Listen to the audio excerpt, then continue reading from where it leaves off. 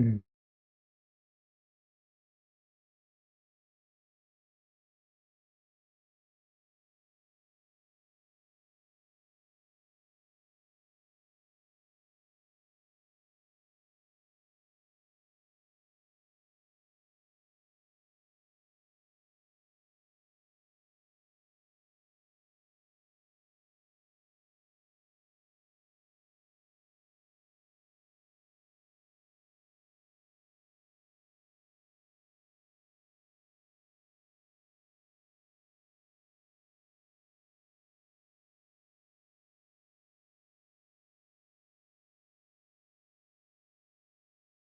A really tough matchup for them. They are going to be one of the weaker teams, but let's see how they have improved. Have they made any changes to the roster? What are they going to kind of do from there? Have they been looking back at their VOD to try and get something? What happened? You know, I had the 30-second delay from the tournament. Go down there, but it's a real big test at first. But that's why. One thing I always say: the better teams you play, the better you get. It's a rising tide raises all ships. It kind of applies to this as well. You play against these better teams, you see what they do, you get better from that. So let's see what's going to happen. I had the I had the 30-second delay from the tournament during this stream. I'm like, damn, I forgot. But yeah, I saw your donation. I think it was $2. Thank you for the $2, Devin. Appreciate it.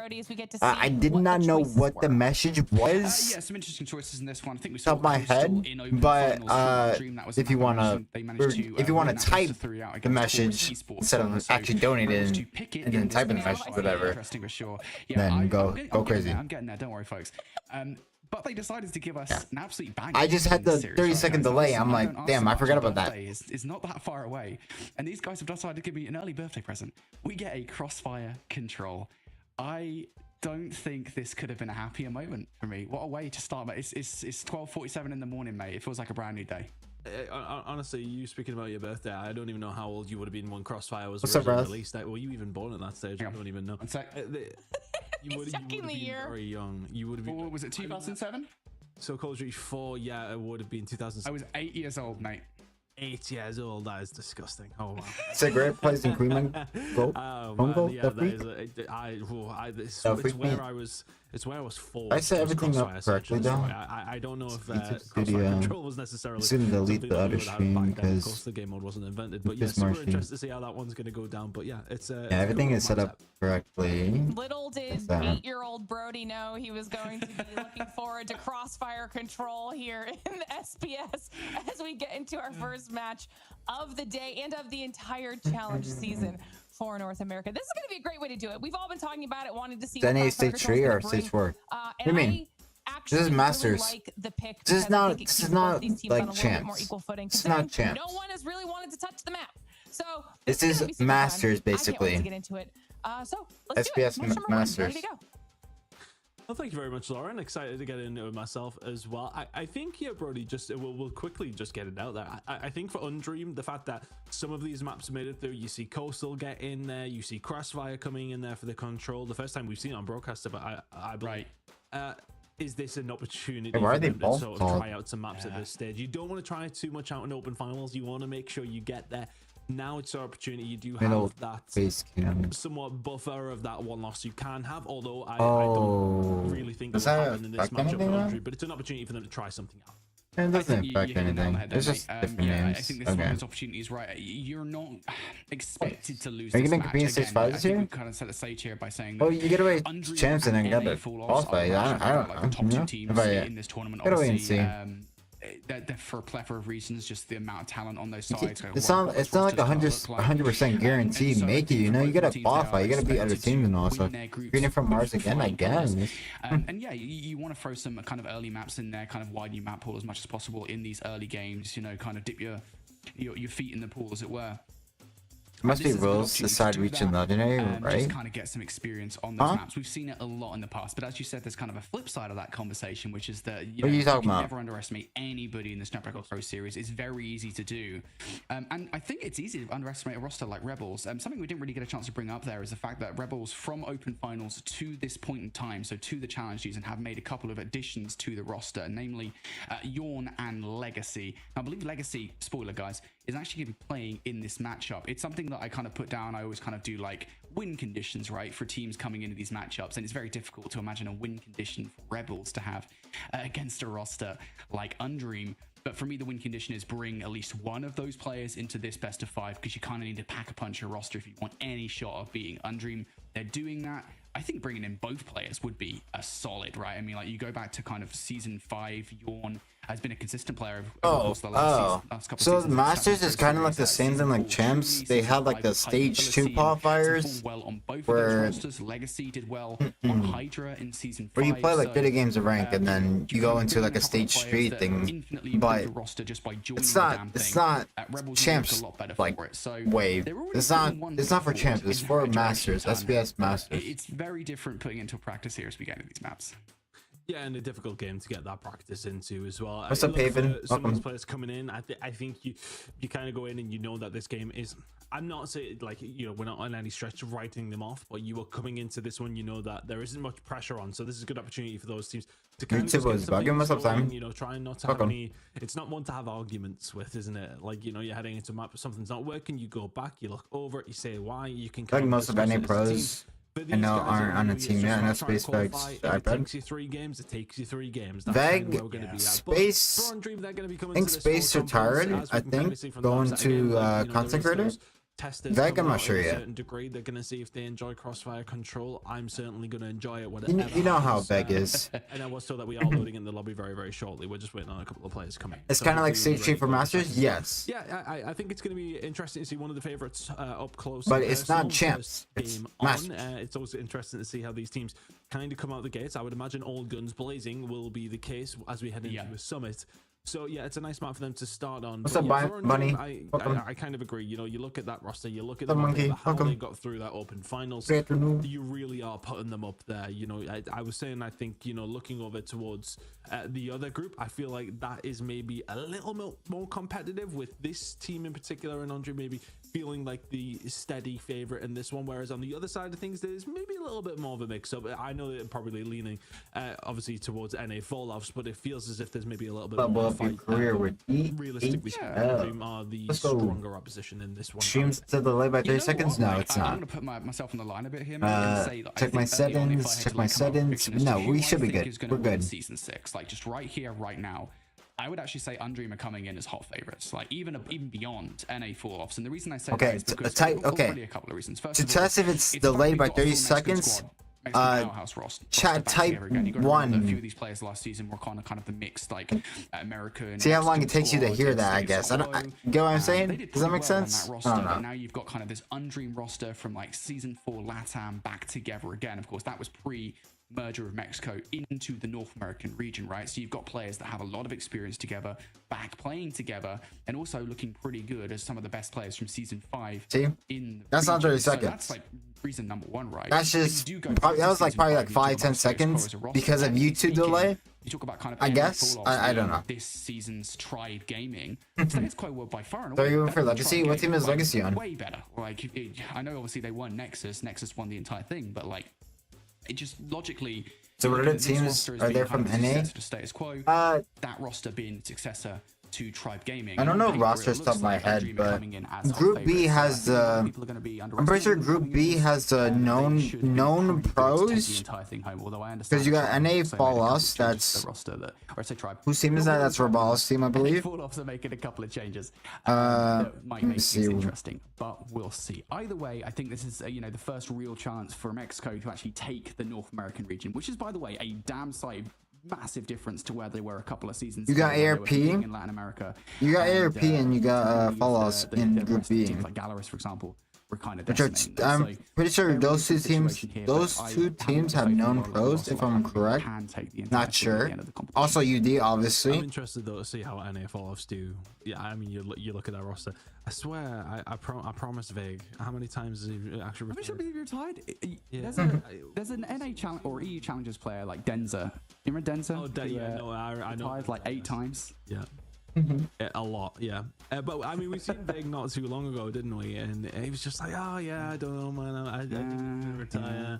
Yeah, here he is. Here we are commentating. Well, next week, of course. Anyway, but hopefully we're going to be learning this. Rav's playing today? No. Their group is next week. I think, you know, as far what's the as date? Let me find out the date. Hold up, chat. Simple one for us to kind of decide. We're kind of having a bit of a chat over before Brody. I definitely want to get Group B. Definitely. So the 15th, March 15th is when their match is. That's their day. That's Group B. So be on the lookout for March 15th. It's very difficult to make your schedule free to watch Marshy's stream. Especially when you don't know Rebels' strengths and weaknesses coming into this one. And mind you, Rebels are not a bad squad themselves. Like, you look at the composition of this roster, and there are names on this team. Yeah, that's a good team. Not just the likes of Dawn and Legacy, but the likes of Naz, who I think again has competed in a couple of seasons of SPS back in Megatron. 4, I think he was. So like, there's a lot of good names on this team, but again, they are up against it. They're up against one of the best, if not the best team in the region. This is a lot to ask out of Rebels. I wanted to stream the other thing, but I didn't get permission in time. But now I got permission, so we watching this. And I guess this is kind of an even footing for both of these teams, right? This is a map that both of these teams will have played for a very long time. The game has started. Should know how to play. And then we move our face cam to the middle. Crossfire, but it has been around for a very long time. So ooh, yeah, clean. Rebels, you know, I don't think I bought the kill cam. I think I put it in the right spot. Or the kill feed. Here you go. Guns and boys and can find one on the side of Rebels, but for the most part, it is a full wipe for Undream to get things kicked off yet. 50 seconds to go. Looking good for some solid time over towards P1. Yeah, and then wait, Zio, look at Zio. Wait, look at Zio gun. Is one P1 on any hardpoint map? He has a cheek on. That much time on. Yeah, this hardpoint actually he has a cheek on. Get a fair amount just because you can get the power positions up top, right? There's a number of different areas which you can control this hill from. Right now, Undream aren't really doing that. The cheek on. 4 players sat inside the hardpoint, winning the fights. Finally, though, they lose a couple of kiloton, and now Rebels going to be contesting. Doesn't last that long. Undream win a wave of gunfights, and this is a lot of time you're giving away for P1. But obviously, I'm trolling. Yeah. You're right, if he's had good aim and all that, go crazy, man. But, well, if you're picking up 49 seconds, which is what it's going to look like for Undream, that's a bad sign if you're Rebels. Right now, it's a decent start for them. The rotation over towards P2 is about to drop down. Agnes is going to find 2 though on the rotation. Play for that bread. Play for that bread. Nice. Maybe just try and get themselves set up. If only momentarily. Now they've all been wiped, and you can see Undream setting themselves up now. P2 is beckoning, and that's nearly 50 seconds over towards P1. I'm not sure what the record is, but it is a good team. Yeah, well, there's a lot of records that could be. Oh, he's in the can. Here on this one, we're seeing some interesting guns here. So, we're seeing a KN. We're seeing a Cheecom. The Cheecom guy just switched to a Fennec. Get some records set in this. What is this, dude? Oh my goodness, Undream is completely some interesting Rebels already. Stuff that we're seeing. Coming out on P2. Up the video party, it's calm mobile. It's like their stream, not mine. And that's going to be about it. But honestly, at this stage of the game time, I don't really necessarily need it. Undream are picking up the do you like Ben the Mac? I don't know. And if Rebels I don't know if that makes a difference. Because you know how the DRH, you banned the OTM, it was so good at the OTM. And like, I don't know if that makes a difference. Yeah, we did start this game about 7 minutes late, and I think Undream are just like, oh, okay, you want to catch that time up? Yeah, well, I mean, if UD has done very all them, all of them are from like towards P3. They've been playing pro for like years to hold this one down.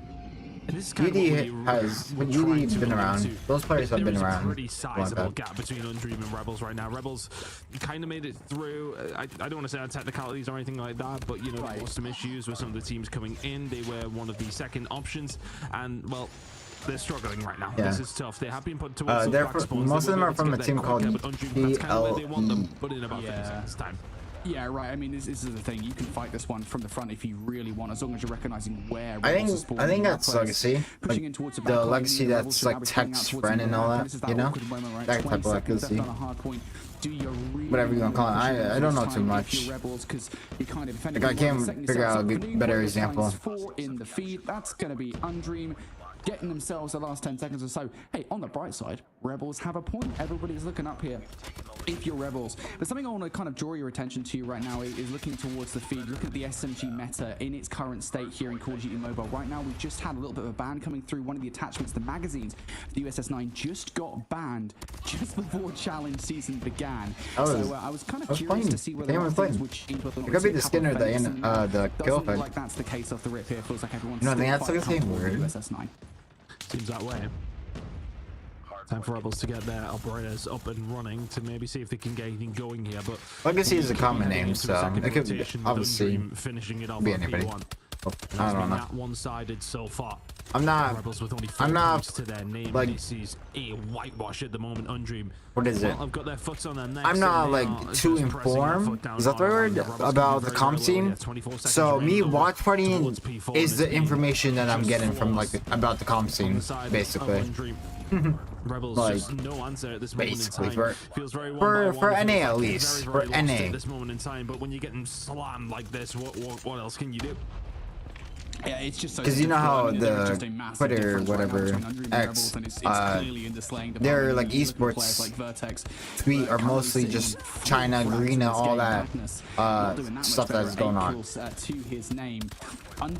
I know that information more than what's going on in NA, like the teams in NA. Like, right back to P1. This was a hill last time around, but what did you say it was? It was like yeah, UD's cooking. They're doing good. You thought it might be a record. They got 49. It was about 49. They can win it, yeah, Brody. Though that's the thing. Yeah, that looks like that's gonna be the case. Undream. Are they using the US with 32? Some of them have like 40 bullets. We could see an ample contestation from Rebels, and well, that see. Do it, tons. 32. That is okay. 40. For that man, here we go. The comeback. Zyrex has the 32. This guy has the 40. Remaining over towards this hill. Undream will get themselves back inside of the point though. A couple of kills gonna go down.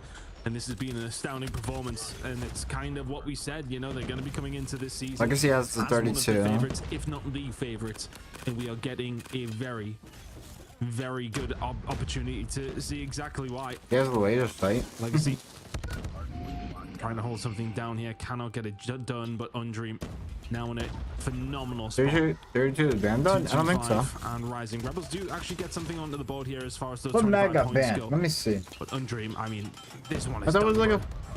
Yeah, it feels very difficult to get out of this hole. Now, I'll tell you what, mate. If Rebels win this game now, this would be a hell of a comeback. Like, this would be one of the best comebacks we have ever seen in Call of Duty or Call of Duty Mobile. So, these guys don't know. Entertain the idea, mate. It could happen. Wait. There's this thing we do wait. and setting I don't think they know. Where it's not looking like one team is going to be able to do too unless much. What is a gun without any mag?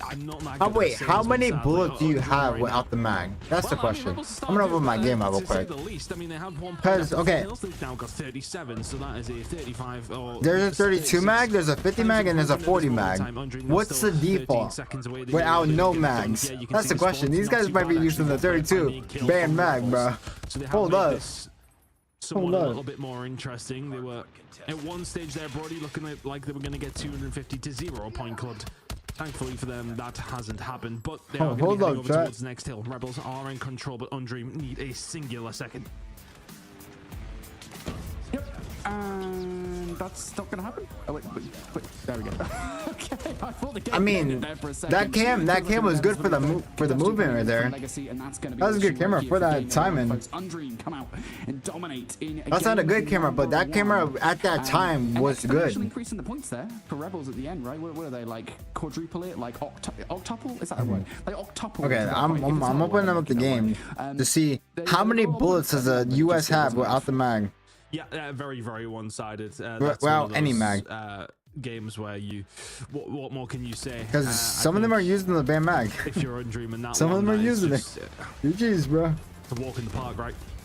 I think for Rebels, you go into the next map and you just sort of say to yourself, right, okay, let's go. Default mag is 32. I'm checking. Yeah, I'm checking. But when it comes down to the raw slaying power, it's just there in. Okay, it is 32. Okay, it is 32.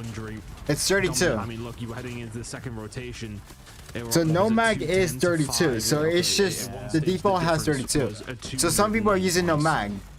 Maybe that would be hard to tell because you will actually like players will actually have to like You know how you fissure can look that at the was between opponent's these builds two. and your teammates? Jesus. Players Yeah, have to we're bringing look out at the that, net, just the double check if players are and not using the mag. Undream, have a look at how things went down here. That is, You can't just see 32 bullets. Oh, that guy using the band mag. He could be using the default. Everybody did start to step it Okay, up I didn't know that. the latter stages, but you know, for Rebels, well, I didn't know that. That's interesting. Far too little. It is interesting.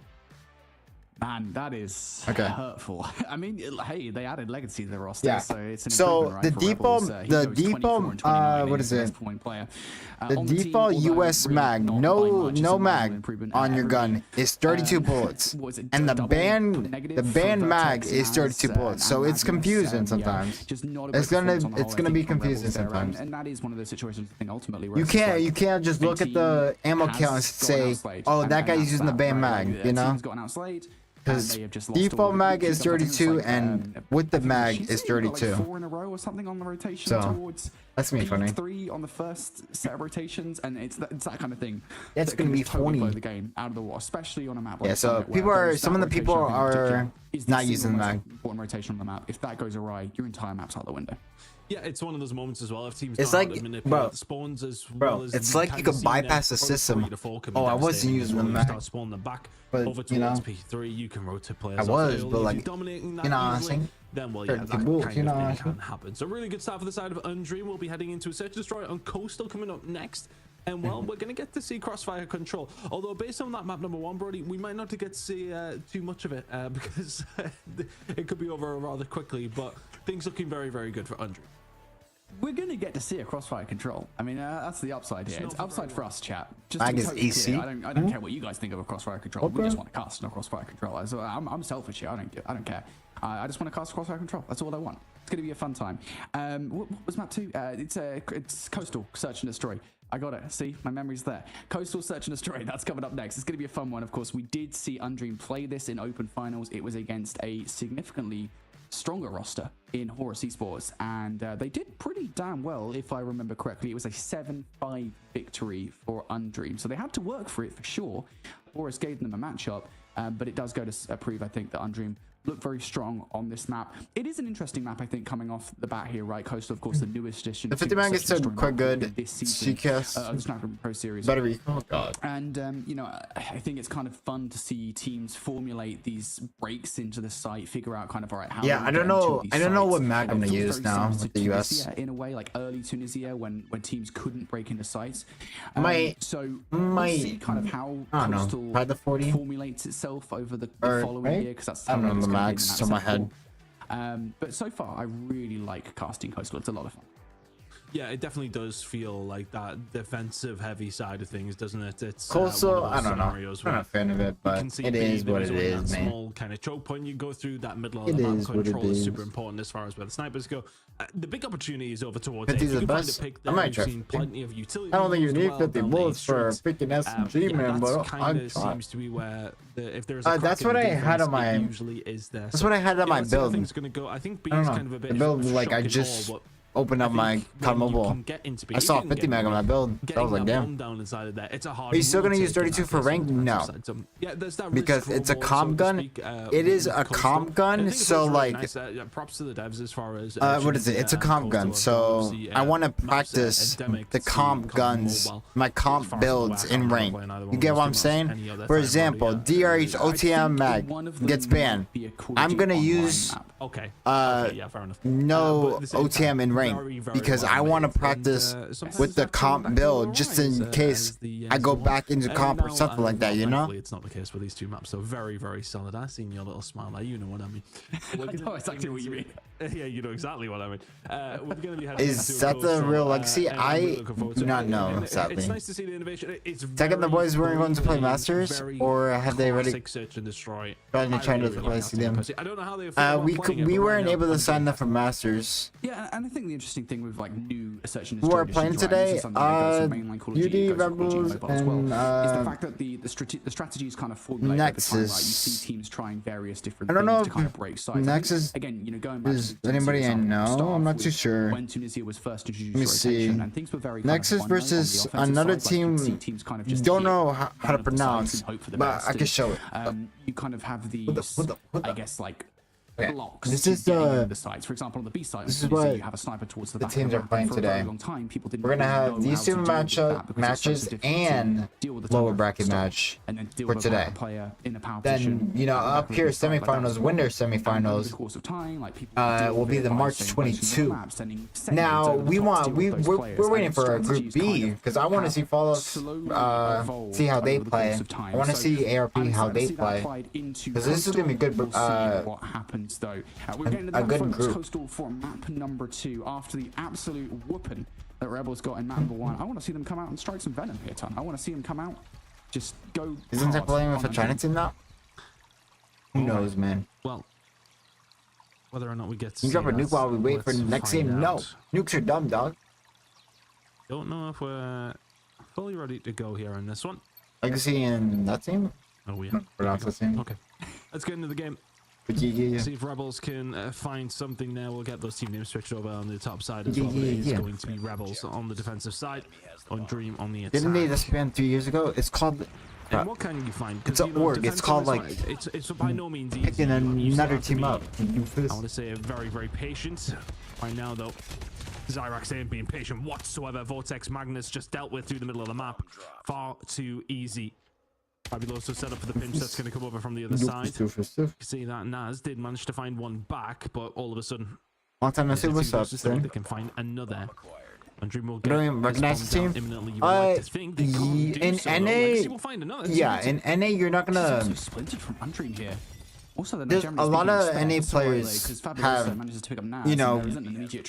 going off the leaks that's been going on X and all that. A lot of the NA players are not in NA, it seems like, going off the leaks. So, a lot of the top players, to be exact. So you're gonna see some new faces and all that. Initial 2 picks come through. And plus, you got, what is it, Mexico in our region now? Like, for example, like, I think, is UD's Mexico, right? Like, Mexico teams can qualify for NA, basically. It's like part of our region now, whatever. We're like, in common with, that makes sense. I don't know how to explain it in like a nerdy way. So you might see more Mexico teams. Who knows? You do survive. Undream wanted the good, but just about. Yep. Good start from Undream. As you said, it was a lot more shaky, and I think that's the first bit of resilience that we've seen from Rebels so far in this series. And Naz gets shut down. TLD members? Yeah. Rebels now really starting to feel the heat under the collar. Undream can take that trade. Same players. Not really same players. Not exactly, but some of the same players. And from Zyrax at the bomb site is clear. And Fabuloso can kind of go on this recon mission for information. If you get kills, that's an absolute bonus here. Rebels no choice but to split up into scenario as well. This is a perfect play call from Undream. To be honest, the boys going east, Glorious team to dominate the west. I don't see the NA or EU server working hard to get back on top. Hey man, be like that. Well, he's actually going to be nowhere near anybody because they both hit the flag. He's going to be the team to be in champs this year. I mean, the right thing to do. Magnus out. I suppose the information that every team is going to try the best and see what happens. So, does that whittle down where he is? Potentially. Now they know where Magnus is. Fabuloso from behind. That should be the round. Well played from Undream. Those kills over towards B. As we kind of mentioned, when you get into that site and you get that bomb down, it's just such a horrible retake. Of course, with the numbers that Rebels had there, it was always going to be difficult anyway, but Undream in that scenario would have made it very difficult, even if those numbers were even. Yeah, Undream just picking him off. And I so close. Undream that we saw in the hardpoint, right? The aggressive, dominant Undream looks like it's going to happen again. I don't like the fact that smoke is so close when he could just throw it like you got 3 players in the middle there to deal with it, and there's no immediate response from Undream. Quaidus is just waiting for an egregious jump through the window, though, for this snipe. If he gets this kill, I don't even know what I'm going to do. He is holding these guys in at the moment. What are you going to do? Eat a cheesecake or something? You know what? I was holding that one for later in the broadcast, but I would love to eat it. I need to get one from my Tesco or something. Other supermarkets are available. Just thought you got mentioned the setting game last year. I didn't get benched. So for what put myself like in the first times in this entire series, Undream are at a disadvantage, and further so, Legacy will find another. His 4th kill of the search and destroy here so far. I said this already. I got confused. I said this already, bro. What is it? Yeah, those are shots you kind of got to be the team. One of them pretty early, right? Wait, what you're talking about? It's been so long, I forgot. Through the middle of the map like that, like that's. You're talking about LG, right? Am I tweaking? just bolt through the middle of the map and even get a look at 2 players. Almost. This is a Rebels round through and through. But I would not count out. My memory is bad, okay, chat? Stretch of the imagination, has a good look at the players. He's going to get shut out. You're there banning towards these the for end of the round. channel? Nice shots from Magnus to close that round out, but yeah. The team is good, especially in gunfights. I think it's going to patch up if they do not want to give 3 rounds away to Undream. Yeah. It's round number 4. Nice to get a defensive round underneath your belt. You definitely want to be heading into your attack with a lead. Fabuloso are going to find a pick pretty much straight away. Coffee. That's just an unfortunate one. I wonder if it's jump over the boxes, to be honest with you. Really, really nice. Zyrex getting aggressive. Does get taken down by Zeo. So this aggression over towards B still continues. Yeah, He's sitting very passive. Like I said this. Like I said, the team was better without me, but you know, rip. All of a sudden, his mid-map, the route like, the switchblade is understand, like, I know what is it. Noisy is there, ready and waiting.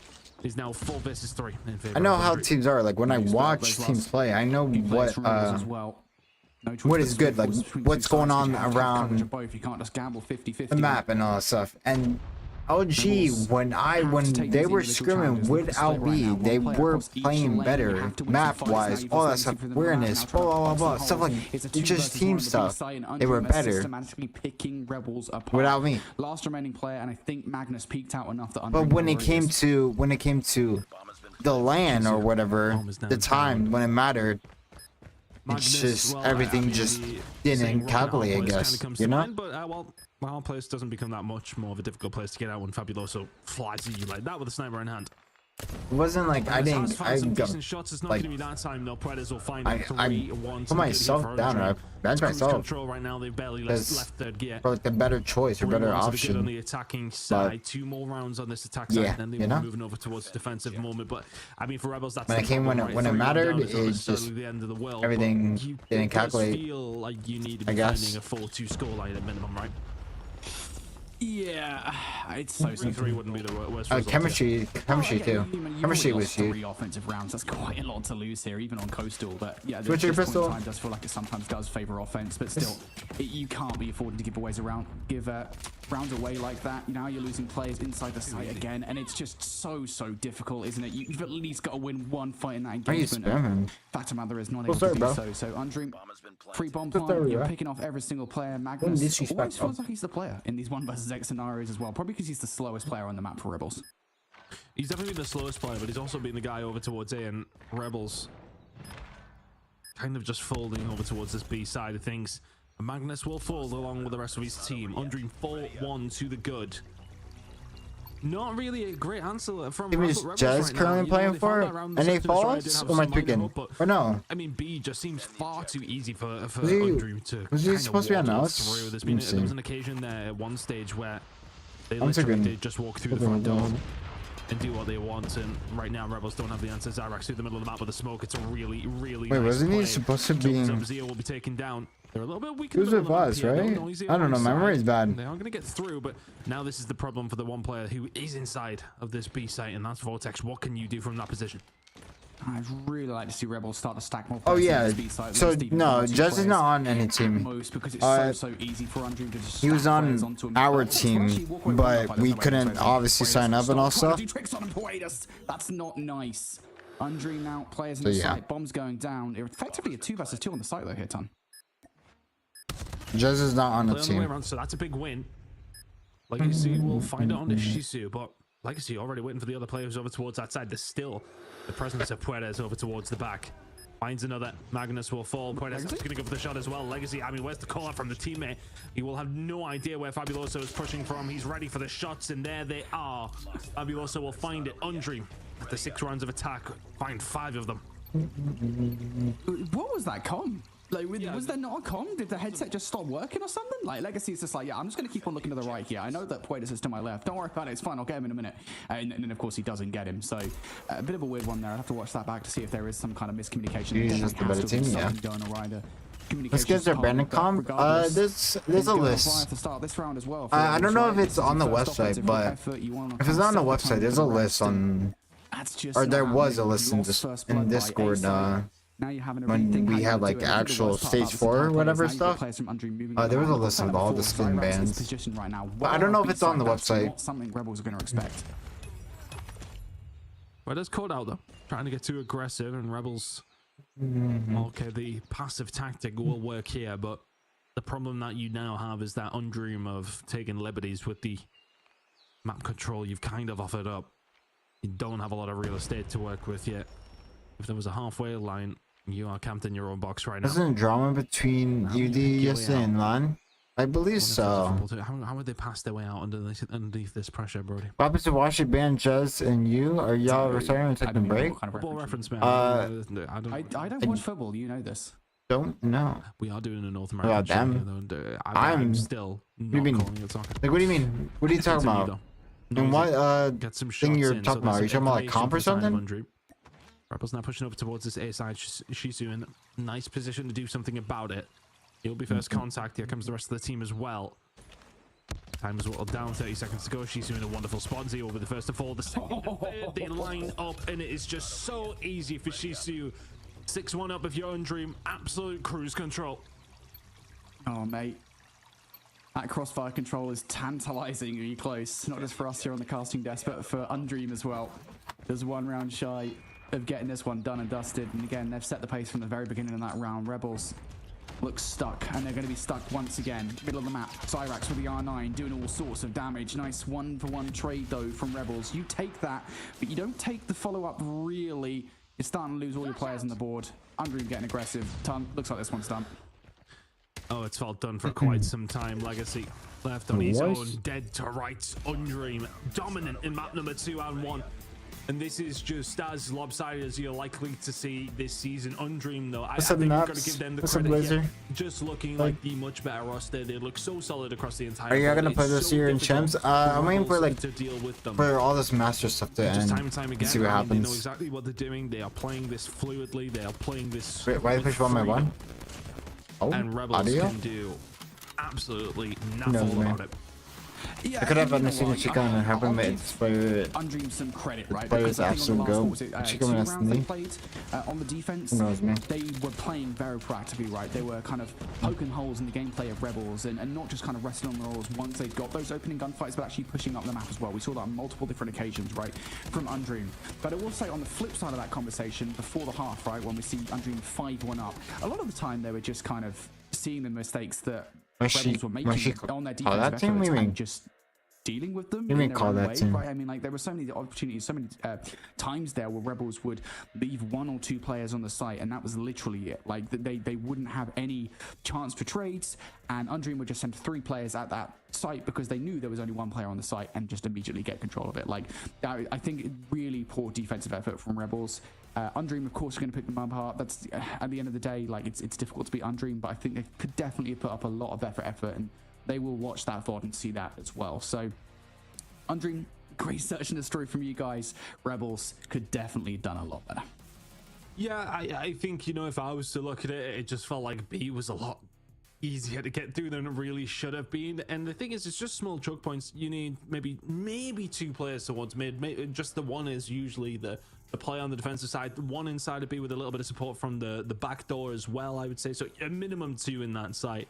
Because you can transition to pretty quickly. You know, it's not one of those that's the worst to retake. You can see players come up from the stairs. You can catch an awkward gunfight there. I think definitely over-investing towards B would be kind of my plan, at least anyway. But here I am commentating and not playing, so what the hell do I know? But irrelevant of that, yeah, I did feel like B was a little bit easy to get through. But we are now to the main event, Brody. We are going to get to see Crossfire control. No, I definitely have. I was about to say, I don't know if I've ever even cast Crossfire. Was that long? Cast a Crossfire search and destroy. We've definitely casted at least one. When was that? We've casted a Crossfire search. Yeah, no, I'm trying to remember when it was because it didn't happen very often. We've done this recently. It wasn't that recently. Wait. Fucking twin Crossfire. In San Francisco? Yeah. Crossfire search and destroy, sorry. I don't think we did. Crossfire. There were Molotovs involved. Irrelevant. We're here. And it's a nice place to be. Look at the aggression coming out from Undream. He says you needed to have a tier 1 towards this side if they possibly can. I don't know. Right now, Rebels just trying Everybody's to been on that survive team. as long as they possibly can. Legacy's managed to find a kill here. Sorry, over towards the A side, but look at this aggression coming in from Undream. They're just looking for kills right now. Spawn trap. Yep. Yeah, it's not looking great. Here we go. Here's our spawn trap. I've been talking about this quite a bit. There's a spawn trap here that you can see players spawning in on, and it's just as bad, if not worse, than the seaside. It doesn't. I can think of a lot of things that I would consider significantly more fun than this. Watching the 2016 Suicide Squad movie would be one of them. Sitting on a bed of really tough, rusted nails would be another one. Having an elongated conversation with Chris Tunn would be another. There's a lot of things that I wouldn't enjoy, and Rebels are currently going through this. This is horrendous. 7 kills left on the board here for Rebels to inevitably endure. This is done. And again, one of the conversation points we always have with these opening starts, right, is that operators and streaks are in play here on Control, right? So all that Undream are doing is effectively building towards those to kick off round 2 with a lot in the bank already. Zyrax has 2 streaks to his name, and I gotta imagine that these guys are probably not that far away from operators as well. Done. My God. Well, after the first 2 maps, along the lines of what we expected, Undream making light work of this one. I'm like, I was watching the beginning of the round. I'm like, they're not really pushing the. Yeah, SKS got on Ben. Then it was like, oh, okay, Sadly. yeah, I can see why. Remember the days of Crossfire, Hardpoint, and comms faced by ACOG on the Magnus. Yeah. Not even much. SKS is on Ben now, sadly. Undream just, well, starting off where they left it. Vortex ready. I don't know why, but they can maybe get something going over towards this A side. Let's have slipped the net, so you can already see that. Yeah. I think it might be Naz trying to set up for we do have 2 spawn trap if you SKS, can, but they do. right now you need your teammates alive. Are you gonna play this to Masters? Naz can find a couple. There's a find coming through, so pressure over towards this A side, but Puertes will, well, relieve that pressure very, very quickly. So I'm watch partying. If I was in the tournament, I wouldn't be watch partying. As you mentioned, Like that event at all, because as a player, I don't think you can, but I could be wrong. Yep, you're going to see these operators now. I don't think you can unless you're like out the of beginning the of a tournament very type large thing. snowball that's rolling downhill right in the face of Rebels. Puedas 6 in a row now. There's number 7 for Puedas. He is tearing through the opposition. Rebels, absolutely no chance. They have been totally belittled right now. Yeah, finally. It's not been. Of all things, but this is very much. Are you playing done. this case? An 8 versus 19 would be an incredible achievement for Rebels, but it feels like a full. SKS is broken. Undream, I think at this point, considering they can go into the next round, they can do the. I can even play SKS in any of the teams because everybody has marksman. So yeah. And I think that was a crazy feed. Yeah. Happening pretty quickly. Magnus Naz Legacy. Well. Not long for this world, it feels that way. You're showing your age by singing the Crossfire song? 16. Not a whole lot. Undream just utter domination here. 2-0 up in the Control, looking for their 3rd round. I'd imagine it'll probably follow as quickly as what we've seen in the very first round. The spawn trap is immediately going to be put into place unless Rebels can get the gunny up. But right now, I mean, looking over towards the kills, honestly, Fabuloso Noisy only with 6 kills apiece. I'd like to see them step it up. Yeah, you know what? It's not very good, is it? It's just not good enough. I would have expected. It was his 50 kill Fabuloso coming in here with 7 frags to his name. Honestly, I'm so disappointed. I've never been more disappointed in my life. This is Undream 2-0, looking to get the final round here, Ton, and we're seeing the spawn trap once again. Rebels stuck here with no options and no way out other than ending this round within the next 60 seconds. God. And they can try slide out from Naz to try and take out one player. It's not going to work out, and just all these different positions from Undream so frustrating for Rebels to deal with. You've got so many different looks. Doesn't Fab is killing the other guys? I thought he gets seen about. It's not looking good whatsoever. Already a massive life differential. I will say, Ton, looking at the amount of utility on side for Rebels, I'd like to see some of it come out right about now. Yeah, well, they're starting to bring it out. You can see equalizers are out. They found a couple of kills. Lexi will find another, so they're going to get out their spawn. But the problem lies in the fact that they are down 12 lives right now. Bro, that spot for freaking SKS, man. The sniper to get rid of them. So this is better from Rebels. You're showing other SKS players that spot. I'm going to have to deal with it maybe in the future. The B side can find a couple. The 20 versus 6. You're out the spawn trap at least. You're getting something going. Nice smoke, man. Push over towards A is working at this moment in time. Now Undream is trying to keep that pressure on if they can. Legacy. I mean, he's just holding it down here. They're kind of letting him in. Yeah, look at it. They get a hold of A, but I mean, the problem lies in the lives right now, Brody. Yeah. Rebels down to the final 3. And you got the War Machine being fired out from Magnus right now. I'm fairly certain Magnus might well have got more kills in the Search and Destroy than he has here in this control. He's done for the rest of it as well, so he'll finish off on 5 frags, as will Naz. I think the same might be going for them. All down to Zio. 1 versus 8 to end this dream. Or it is actually a nightmare. Zio is being toyed with right now. There's the melee to close out the game and the series. Undream kick off. SPS to see the Buffy thing, but I don't know. I think it doesn't work as well for the current environment. No, it does. What? It's a one-sided bang. I mean, SPS is so good. It's still really useful and good in this current gun hole meta. I guess meta, whatever. Did we expect this to a certain degree? Let's see. Yes. Don't want to have to do with this fight. Yeah, bro. With the SKS? No, bro. I'm not too sure, but Undream kind of proving what they're made of and proving. Fix the audio. Well, I muted it because. Do I hear it anymore? I don't hear it. Wait, no, I still hear it. I don't hear it. Right now. Should be good. Walking away with this series. I don't want to hurt you guys' ears. 0 the control. I'm not too sure how the replays ops had. That's their audio, not mine. It was over that quickly. 3-0 across the entire series and 3-0 on this map as well. Any particular takeaways there, Brody? But because right now I'm just sort of saying Rebels might struggle throughout the rest. 6 stars this year, the year they unbanned SKS. Undream being good than Rebels being bad, because I don't think I'd call any team bad in this competition to get to this point. You don't hear? Yeah, Undream are just phenomenal. I muted the audio because there was buzzing noise because the audio was tweaking. I don't want you guys to hear it. That's why I muted the audio completely because their audio was tweaking. Be curious to see how they go when we do see everyone kind of come to it in the second winners bracket game. But yeah, Lord Undream. I don't want to hurt your guys' ears, but I will hurt my ears for you guys, so you guys don't have to hear it. Shut down Rebels and said GG go next. Like, they are ready to continue through this competition in the challenge season, and they now have one of those 2 wins that you were talking about, telling that they need.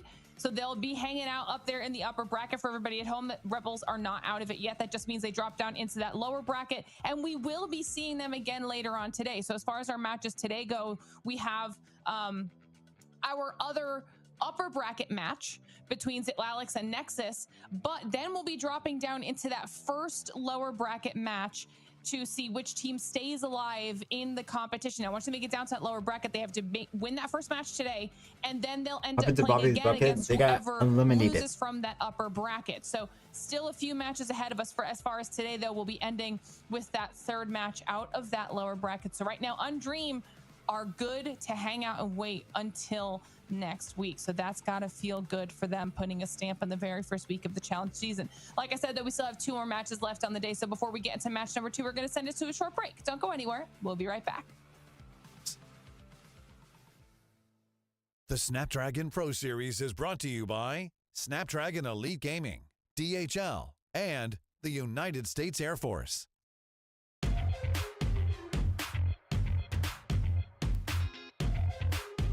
6 minutes.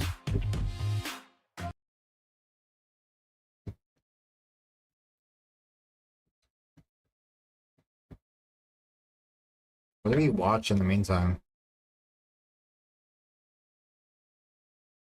Let's watch some CoD Mobile. Let me find some CoD Mobile video. Why did I still have this open? Don't need that anymore. Open anymore. I think so. Yeah. Let's watch some CoD Mobile.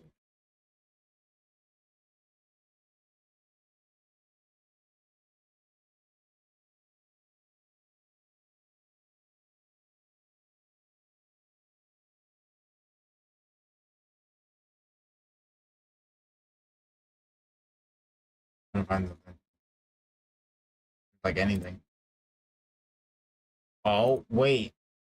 Hey. Watch this. We can watch this. Wait. We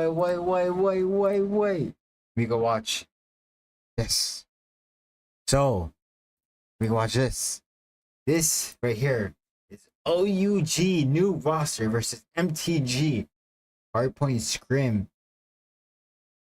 Oof. Big watch this. We don't know which one is which, but because they don't have names, but they have numbers.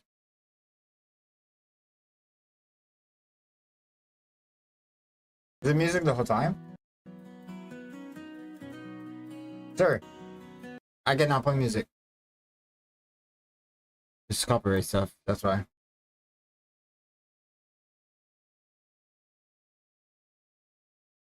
So we see XM4.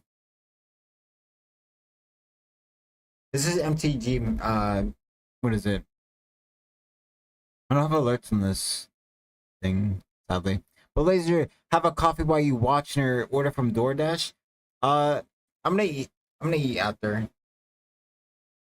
I already, I'm not hungry, but I will eat like after the stream, most likely.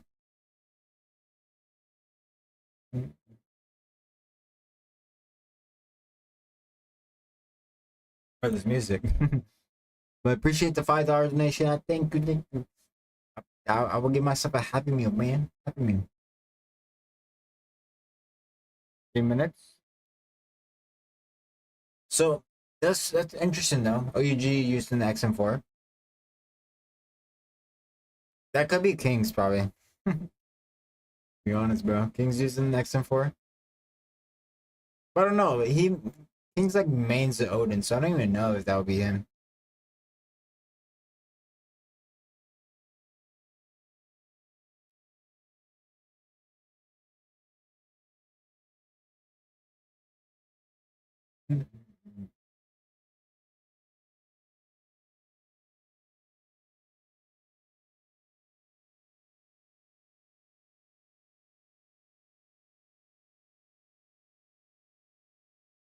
I know it's kind of awkward with no audio, but it's just straight up his music, bro.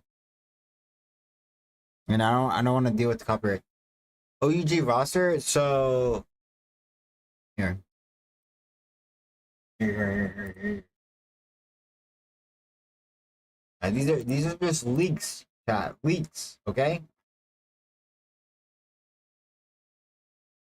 Where is this? Can I look at the right thing?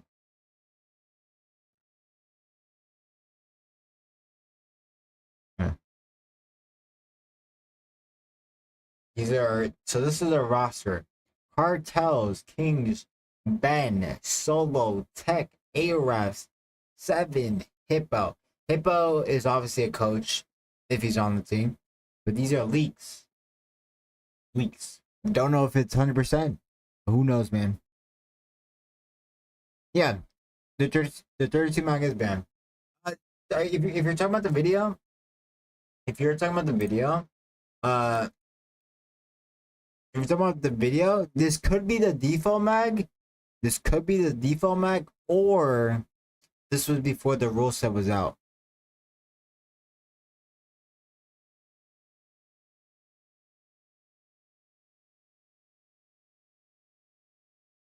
One minute, chat. 1 minute and 10 seconds until the ESL stuff is back, or like the SPS. 1 minute, chat. Just 1 minute.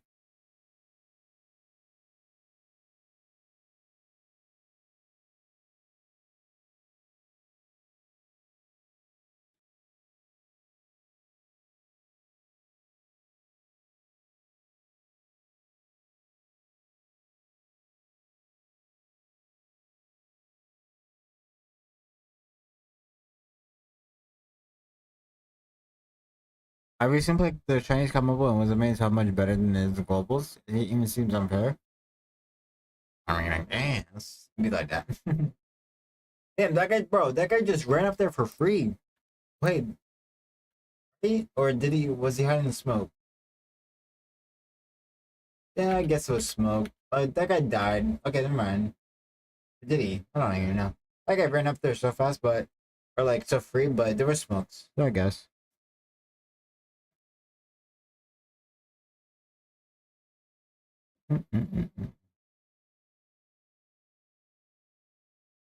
Yeah, the US is gonna be like the Is it like the DRH?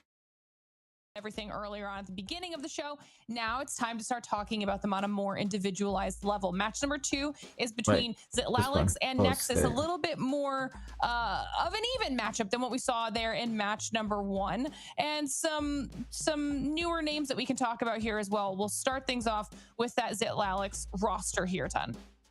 Yeah, I don't think it would have taken much to get us a little more competitive than what we see in map number 1. But yeah, for Zitlalix, I think, you know, for some of these rosters, we're coming into this and okay, we've seen them get through the open finals. We see them make it to this stage, but we still don't really know what to expect. For Zitlalix, we didn't get to see much of them. We've seen them kind of advancing through the bracket. They did so, I believe, by 2 losers bracket side of things, so they were down there pretty early. They get themselves through and put themselves in a position where they are now fighting in the challenge season. So yeah, let's see how they go.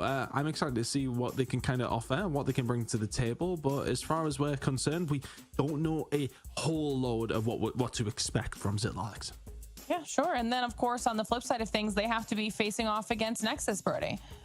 Yeah, this is a bit of a weird one, right? Because this is the former second wave roster that qualified through open finals. They've now been picked up with Nexus, which is, by the way, a crazy legacy to have to uphold, considering Nexus is currently be playing under that mantle. For those of you guys who aren't familiar with the roster, there'll be names that you guys recognize on this team. Excellence is one of those guys. Dicey as well. Like, Nexus are a pretty damn good team. They've just picked up Mausen as well, who failed to qualify with Horus Esports. So Nexus are a pretty I recognize good team, Dicey and Nexus. Alex are as well. So yeah, I think we're totally in for a great matchup here.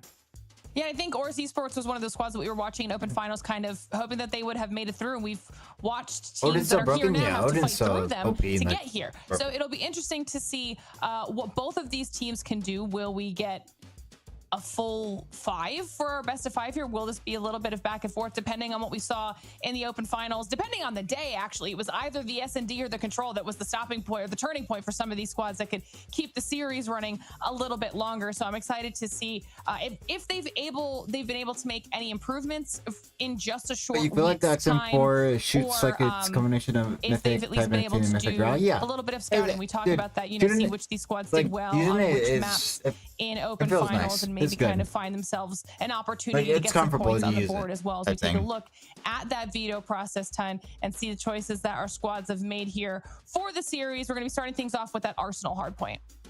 Yep, Arsenal, Fire Range, Raid, and then Apocalypse and Kurahana if we need it. Yeah, pretty standard across the board. You know, it's a nice pick to go. You know, we got Arsenal coming up first, which we always like.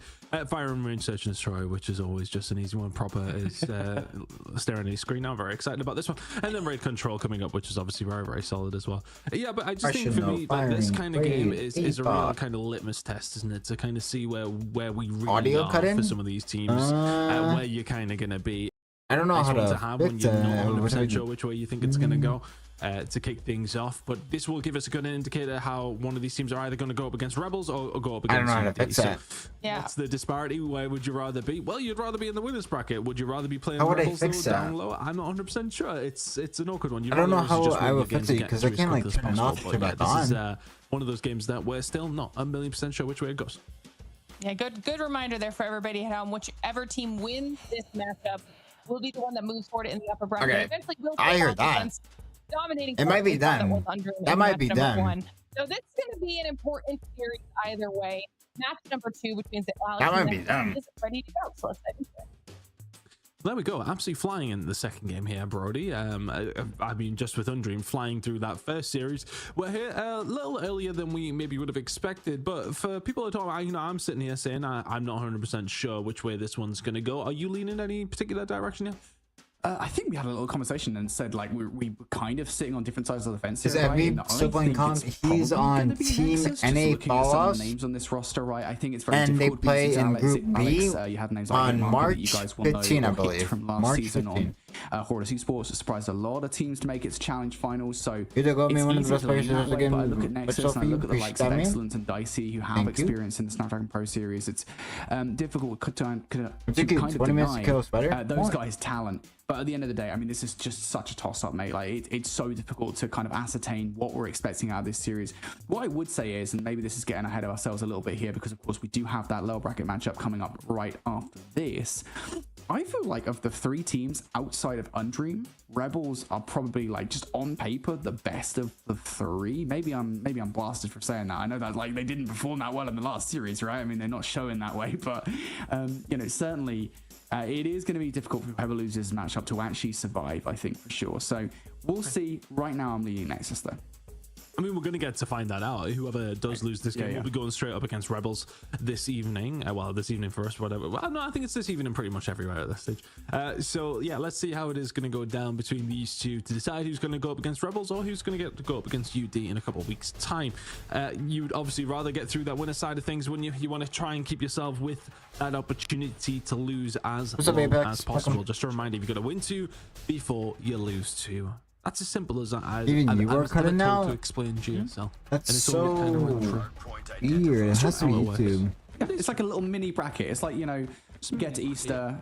You know how like the big championship brackets are like your massive Easter eggs that you get from MS. You get like a little mini egg. That's basically what a GSL bracket is. Let's get started from Zitlalix.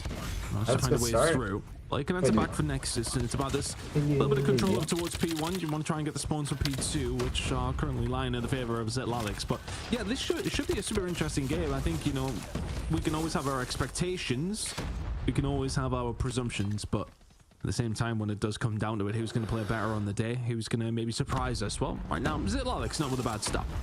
Yeah, and we're already seeing some of those changes for the rosters coming into play as well with this series. Mausen is starting in this matchup for Nexus, of course, was a solid player for Horus Esports, even though they did not qualify. So, I don't know. Today starting to come into effect for these rosters beginning of the challenge season. But it isn't enough right now to get a wealth of time away from Zitlalix on P1. That is a solid P1 performance from them, and already starting to challenge for P2 as well. That's a big gunfight in the backline for Hitmarker to win. If Crow can pick up a fight on him as well, that would be huge, but he's unable to do so. So Axel's been ascertained for now for Zitlalix. I see he's a top player, I believe. We're now really fighting this one from the front.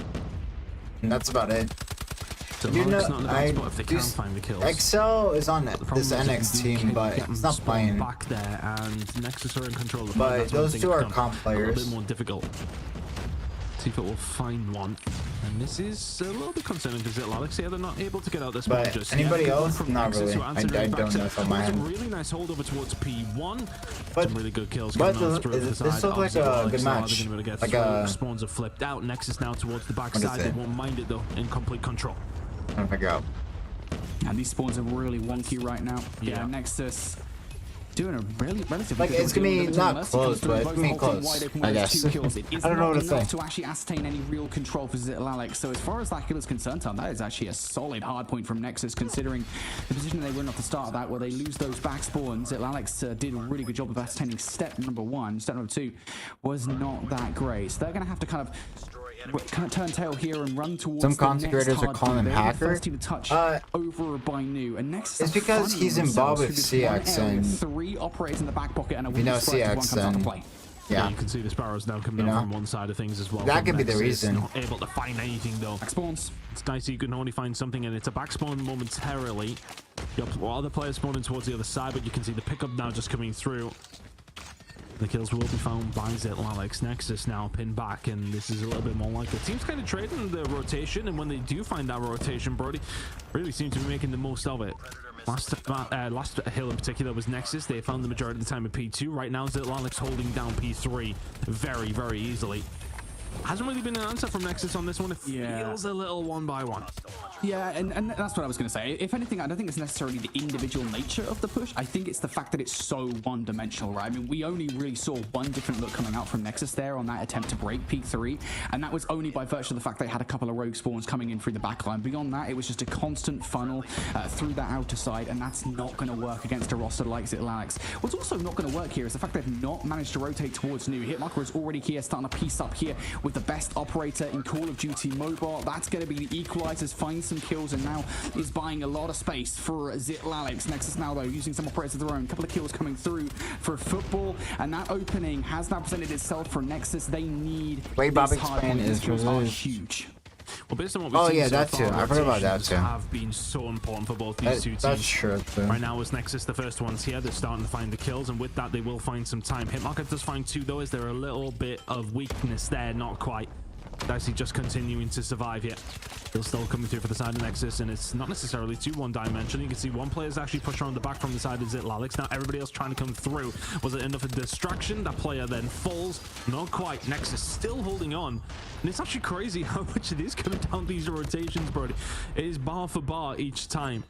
So will get themselves over there. It's a hard break to find, but Nexus don't necessarily find as much out of that rotation. For all that, Zitlalix didn't really get a touch. They did contest. They didn't make it easy and still have a lead as we head over towards P5. Well, that's the thing, right? Zitlalix actually touched that hard point first. They invested operators into that hard point, so for them not to walk away with a full 60 is actually kind of disappointed.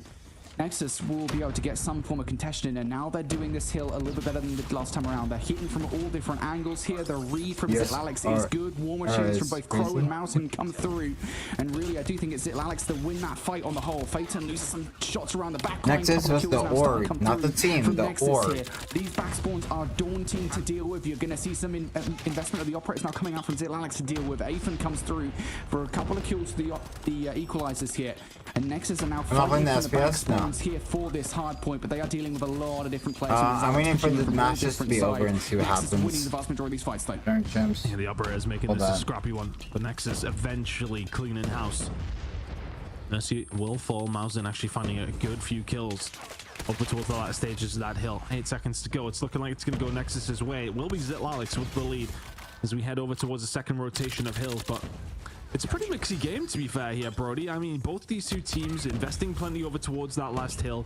You can see Nexus, of course, have caught up from what was about a 60-point lead, now down to a 30-point lead. But rotations definitely do seem to be paramount between these two squads right now. Mauser really putting down some numbers for the side of Nexus. Everybody else on the other side, though, for Zitlalix, kind of, well, carrying the weight. You can see Crow and Jivo doing at least the match is close. Right now, doing a good job over towards P1. Zitlalix, the one who are momentarily That's the good thing. The matches are close. It's not necessarily the easiest of breaks if a team can get set up. Yeah, this is where Zitlalix got like...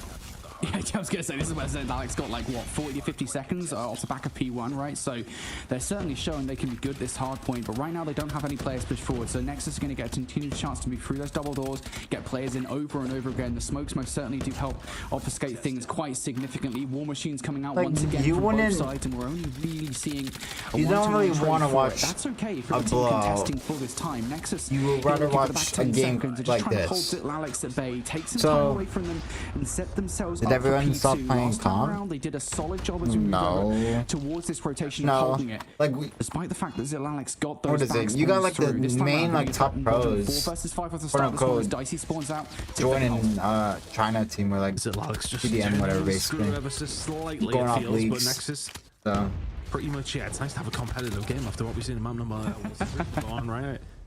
After a lock in here.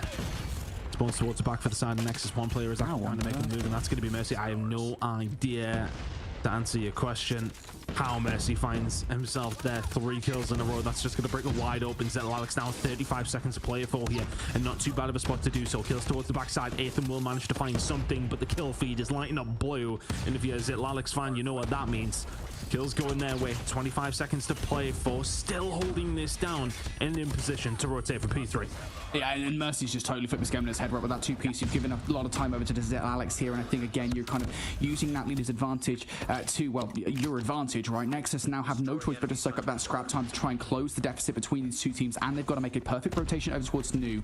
Last time around, Tom, we saw Nexus here really struggle to break on towards this hard point. They continue to push down long. It was a one-dimensional attack. This time they're doing something different. They're sending players through the cut, trying to influence those spawns towards the back, but they have anything to say about Hitmarker coming through with the equalizers? The answer is no. It's been a while, yeah. In control, Bro, like I haven't seen coming out to play again. Yeah, the deal with Dicey. Yeah, it's been a hot minute. Because of the fact that Phaeton did spawn no, this is Masters. This is a different tournament. I think it's only online. It's SPS Masters. So look at it like Masters back in the day. You can see already the War Machine has been up for quite some time from Crow. It's like another major type thing. I think all you get from winning like the finals is probably money. There's no like, you know, a ticket to, you know, chance whatever. I don't think so. It definitely feels as if these little moments this is just like another major from them, and they are making the most of it. Yeah, kills coming through for Nexus. That's 3. Trades galore. Alex will take that last 10 seconds of time, and these split spawns are not really that great for Nexus to move over towards the rotation here, Tunt. They will find some kills, so that's going to turn up the heat a little bit of the players that have made that rotation. Mercy has a lot to do. He's already clutched up once in this game.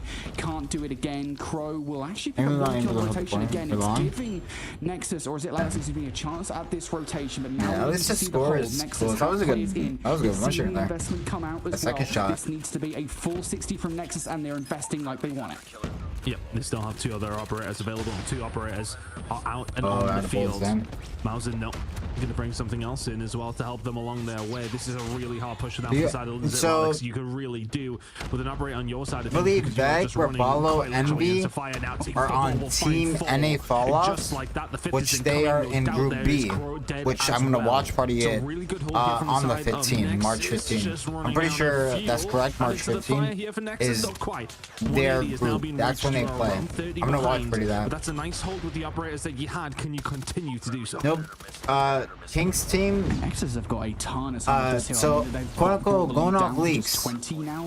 King's team is in CDM now, China. Huge gunfights now, like 4 going off leaks. That is a I believe it's like Kings, Wrath, Cartels, Tech. They will be the first team to touch here. Looking at operations on both sides, though. Alex have 3 ready to go. Just of like any players. If Alex, you play their cards right here with the operators, this is going to be a massive hold. Kings, Wrath, Cartels, Solo. Am I missing anybody? Yeah. That's the NA players that went, quote unquote, went there for CDM. Because now over towards P5, you're locking it down. 20 seconds is needed. You have the full arsenal pretty much available. A couple of kills going to come in though from the side of Nexus, but not on the ones you needed to. Yeah, Mercy holding this one down. Spawns towards the front. This is going to be one final hit for Nexus to try and find something through. The core is doing phenomenal work. I need to look for it. Can find one. Mercy holding the angle. You got to go for your Nexus. You can't get there in time. Alex, map number 1 goes their way. Just a really solid rotation towards the end of the game. Let me see if I can find it. Genuinely, just a couple of kills in the game that split the difference between those 2 teams. It was a solid game from both of the teams. Fundamentals, great from both Alex and Nexus. They were doing pretty much everything right on paper. It was just about the execution. And as I said, really, there is only a couple of moments where I can identify, all right, this is the moment where really it feels like X team has actually done something to beat Y team. And in both cases, it was Alex that managed to pull those feats off. It was, I think, namely the first set of gunfights from Mercy. I think as we got towards the second rotation, right, he got a couple of kills that effectively broke a hill that should really have been Nexus on P2 on that second set. And then towards the end of the game, it was actually 3 kills coming through from Feitan on the closing moment. Audio is still tweaking. Hold on, I'm muting the audio. I don't know if I'll find it.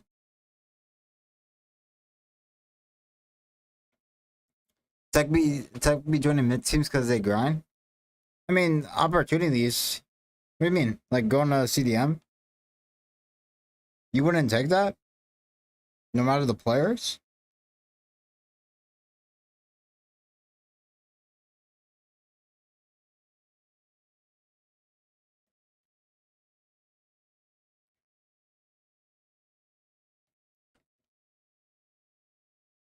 Yeah, I think that is good now. I don't think they necessarily like massively outperform. It's going to CDM China. Why would you play in NA when you could get opportunity to go to CDM? But China, you know? The other side of things, you know how Tech is. He's all about that competitive stuff. He loves it. Try and see what we can do. If we can find a breakthrough without using operators, then great. But they didn't use anything. They then had that rotation over towards P5 and then invested the operators and made sure that they did things right there. So yeah, just a good play all around. And I think from Nexus' standpoint, it kind of just feels like you were a cycle behind on the operators throughout the majority of the game. Like, yeah, your side, you're kind of having to react, and because you're on the back foot to use your operators, whereas then Alex can be proactive. I mean, they have 5. When they know they have an advantage already. So really good player and heads up play from Alex will find themselves in the lead in this series. Heading into map number 2, there's going to be firing range coming up next, and raid control will be coming up third. If we do need to see them, match 4 will be Apocalypse and Kurahana for map number 5. They already had a full roster. Based on that though, Brody, I could definitely see us going a little bit further than this. You know, it's not going to necessarily just be the 3-0 that we seen last time. It very well could be, but I'd be quite surprised based on what we see in map number 1. Yeah, honestly, again, I mean, there's just a lot of question marks, I think, coming into this one because we know so little about both of these teams. It's worth saying that there's a lot of players on these teams that, at least for the last few seasons of the Snapdragon Pro Series, have not competed in challenge season. Right? They haven't gotten past the qualification stage. For a lot of them, they haven't even competed in the qualifier, in open finals itself. So do you miss any comp map? I mean, these two teams, and so when we get do I miss any old comp maps that should be in the map? Well, of course, yeah. Top of my head, can I tell you? I don't know. I don't remember this one. You know, Fire Marine Search and Destroy. I don't like the current map pool. You know you're going to have key sniper players sitting in key power positions, and once you take those sniper players out, that's how you break into sight. We also see a lot of great set nade usage at the start of these, or set kind of utility usage, if you will, because we also got stuns and smokes in the mix as well. Whole story. Search and destroy rounds, we're seeing a lot more of that. We were trying to breaking into sites. Like I said, I mean, this is. We were trying to make a story. This is something that all teams across the board, whether even. We were gonna make a team for Masters, me, Tech, Jez, and who else? Solo for the fun skis. That didn't work out, and then it like kind of like locked me out of like side to kick things off. Yeah, joining a team for Masters, like lock all 5 of us out. Sided. No, maps is not. Shotzi couldn't join the team because he was on that team with us. He couldn't join any other Masters team, so it was like you can't really join another team if you haven't played in the Masters team. SKS out for. But we're rather watch party. The good thing about this is I'm watch partying it. I got the permission to watch party, so I'm still like involved and I liked it. Doesn't find a great deal. But what I'm gonna do is I'm gonna try to watch Masters, see what happens, and then I don't think they want to kind of try to make something happen and wait for wait for the champs qualifiers and all that. Start, just trying to get a feel for what the defensive setup looks like for Zix Alex before making the move forward. And if you're hoping for something aggressive from Zix Alex, you're not really drawing. No, it wasn't combo. With snipes from Feitan. It was face of website. It like locked Tech's region if anything, to India instead of like it wasn't allowing him to change it. His region to NA. A is the site of choice. We've got to get past Feitan. And when you've wasted a lot of time, though. That's not like playing on iPad. Had to really set themselves. He might go back and forth. I don't know. You've got this far. But obviously, as of right now, he could play iPad because it's only stage 3, I guess. I guess you could call this the tree. Position to get aggressive, does get aggressive as the trade's going to be there. Like some of these players are iPad. Second.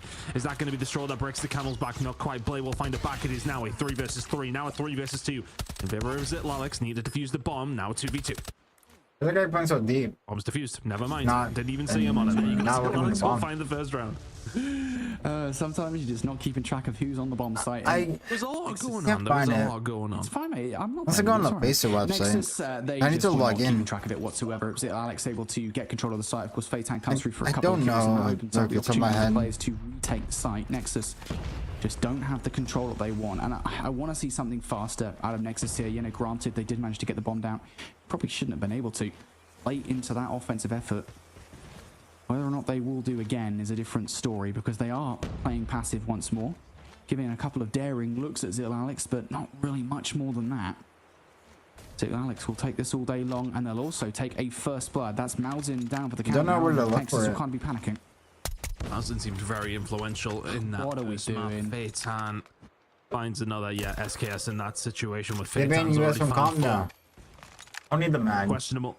I like the 42 mag. mag. Get aggressive, plenty of real estate over towards A. It feels like Nexus are playing a little scared here in the search and destroy. Yeah, you've already lost your most powerful player on the board, and you've lost 3 in that round of Feitan. Yeah, it's a nice trade from Boy, but too little, too late. In this point, you're in 2 versus 4. I guess the one positive, right, is that Alex have got a lot of power, a lot of players on the board over by B, and not really a lot to speak about as far as an A defense is concerned. If Nexus try to push into the site though, towards the trailer, not right now. I still don't play calm right now. Didn't even try to get the bomb down. Wanted to clear out the trailer first, and they get punished for it. But yeah, I mean, Feitan just does everything there. And to be honest, I don't know what that egregious push out was. I think it was football that did it in the middle of the map, or just flew out towards the middle of the map and didn't expect Feitan to be watching wood. Yeah, that's not going to happen, buddy. Bit of a change up here. Oh, Himok will thread the needle. Actually, Hitmarker that comes through and finds it. Okay, he's doing the wallbang too much. Can find anything He's doing out the of this. wallbang It's a too massive much. bonus. We're already past We'll that. get one before it falls, so not a bad trade whatsoever. But Nexus eventually getting the ball rolling. Phaeton got super aggressive with the sniper, and now he's like, yeah, okay, you want to push towards that site? No, you're pinned into that site. Phaeton and Hitmarker with the Tundras. And that is 3-0. I love that play from Phaeton. You've seen him being playing over towards the backside of Tin the entire game. As soon as a big push comes over towards B, straight head down first towards Wood, pins them in. Love that play. And you know what? I got to give Nexus some credit, right? Because like Blay was at least the play you needed to contest Phaeton in that situation. Like, he at least tried to shout with the Tundra, but just could not get anything going. Now Nexus getting aggressive here in this round. Hitmarker hasn't been much of a problem so far. Finally got involved last round. Now doing it once again with the opening snipe here. Nexus do not feel that dissuaded, but Hitmarker's done his job. I took a break to see what's going to happen. One of time now for the rest of the roster from Alex to make their way. What's going to happen in NA? It's still technically a 3 versus 4 what's going to happen Nexus regardless? and could get a stretch palm down. But still, once I saw things happening, I'm like, like, the best look Nexus had at offense so far. I'll go back to streaming. Or like, I'll be back on my Ethan was an atom away from putting that bomb down. Doesn't manage to get it, and then Curve will find a phenomenal gunfight on Dicey. Alex are running through Nexus here in the search and destroy. Yes, she's single. Feels like they're not got many answers. It's like, oh, let's push this site and plant the bomb and see what happens. And that ain't gonna work at this level. Alex dealing with them on every single level right now. I hear you talking about loads of freaking duck. Just feels like every single turn, every single time we see something from Nexus, it is answered by Alex. This is aggression from Mercy. No one's checking him either. Mercy for 2, Mercy for 3. Oh, it's Phaeton. He picks up the 3rd kill. Doesn't matter. Mercy's finding kills elsewhere on the map. Everybody from Nexus is being cleaned up so damn quickly. Mercy and Phaeton. Oh boy, I feel like Janet is at the moment on this map, mate. Attack inside for Nexus for their final swing at it. But Alex with a extremely convincing scoreline right now. Send a little bit more resource over towards B, a little bit more aggressively. Phaeton won't be dealt with by Muzzin, so all of a sudden, does that flip this round back in your favor? Well, it should do. Phaeton has been causing a lot of problems. Making 10 of them, exactly. He's taken down. First blood's there for Nexus. You have the advantage. Now, what do you do with these numbers and this map presence? Well, for the most part, you're still stuck in your spawn. Still searching it out. Feels like Nexus are quite happy to play slow. That doesn't always mean that is the best way to go. Is it Alex holding down over towards this A side? Let's see what Nexus can do. Mercy will find one 4v4. Oh, GBO tried to use the coverage on the smoke, though. Didn't work out. And now we're looking at something positive here for Nexus. You're in a 4 versus 2 scenario. The last remaining players on Hitmarker, or Alex, excuse me, are split up as well. So we need some individual heroics here. And neither, I believe, of the snipers are up for Alex either. So you are definitely up against it here in this scenario, and they are taking a lot of time to figure out how to do this as well.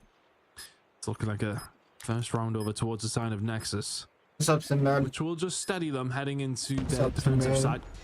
And then imagine those Alex are going to be a lot more aggressive. They're going to have to be aggressive here. Crow can find one and just gets out scot-free. Atham is there for the cover though, and all of a sudden Crow's left on his own. Atham will find 2.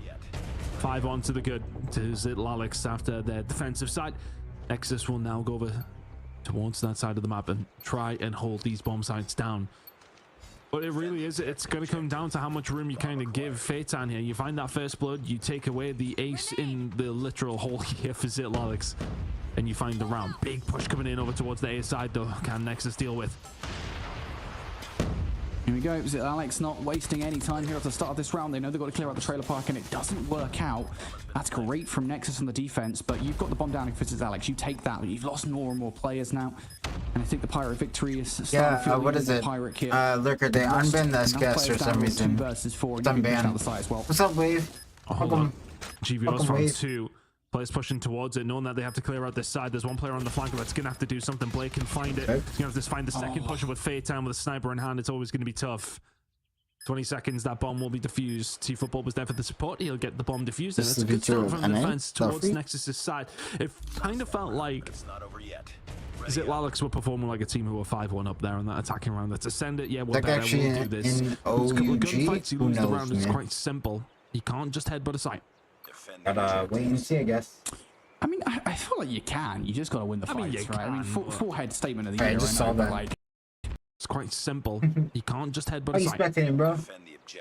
It is just that simple, right? Sometimes, and ultimately, I think Nexus did do a good job of chasing down those kills after the bomb was down. I think losing that third player in the round was really chilling like a villain. for Alex, and this time around they are taking things. I imagine it would be banned for champs. Lurker, slowly, right? This is and champs rules. Too aggressively into the middle of the map. They're waiting for Nexus to kind of. You think they will unban the SKS for an event and then ban him again? Players before making the move forward. So now Nexus has used a lot of their smokes, stuns, and nades over the top. They've chosen their site of attack. AFOM is waiting patiently like a python in the grass, ready to strike. And it went. Kills starting to be traded. AFOM did get taken down pretty quickly. T-Football dealt with as well. And that bomb will go down, and this is a awful. UG6 just another spectator veteran? No, man. Phaeton is going to make the mistake. SKS dog now? No, Phaeton ain't going to hit the shot. It's so OP. He's holding the tight angle. Phaeton, he doesn't want to give this one up, and Mausen was really not even nerfed. No, it's so broken. They haven't offered one up yet. So Alex holding very, very tight here. 23 seconds, you're gonna have to make your move, and there's the mistake. Phaeton will fall. There is your potential opening. Blade's gonna fall on the other side of things. Dicey gonna try and find the front kill.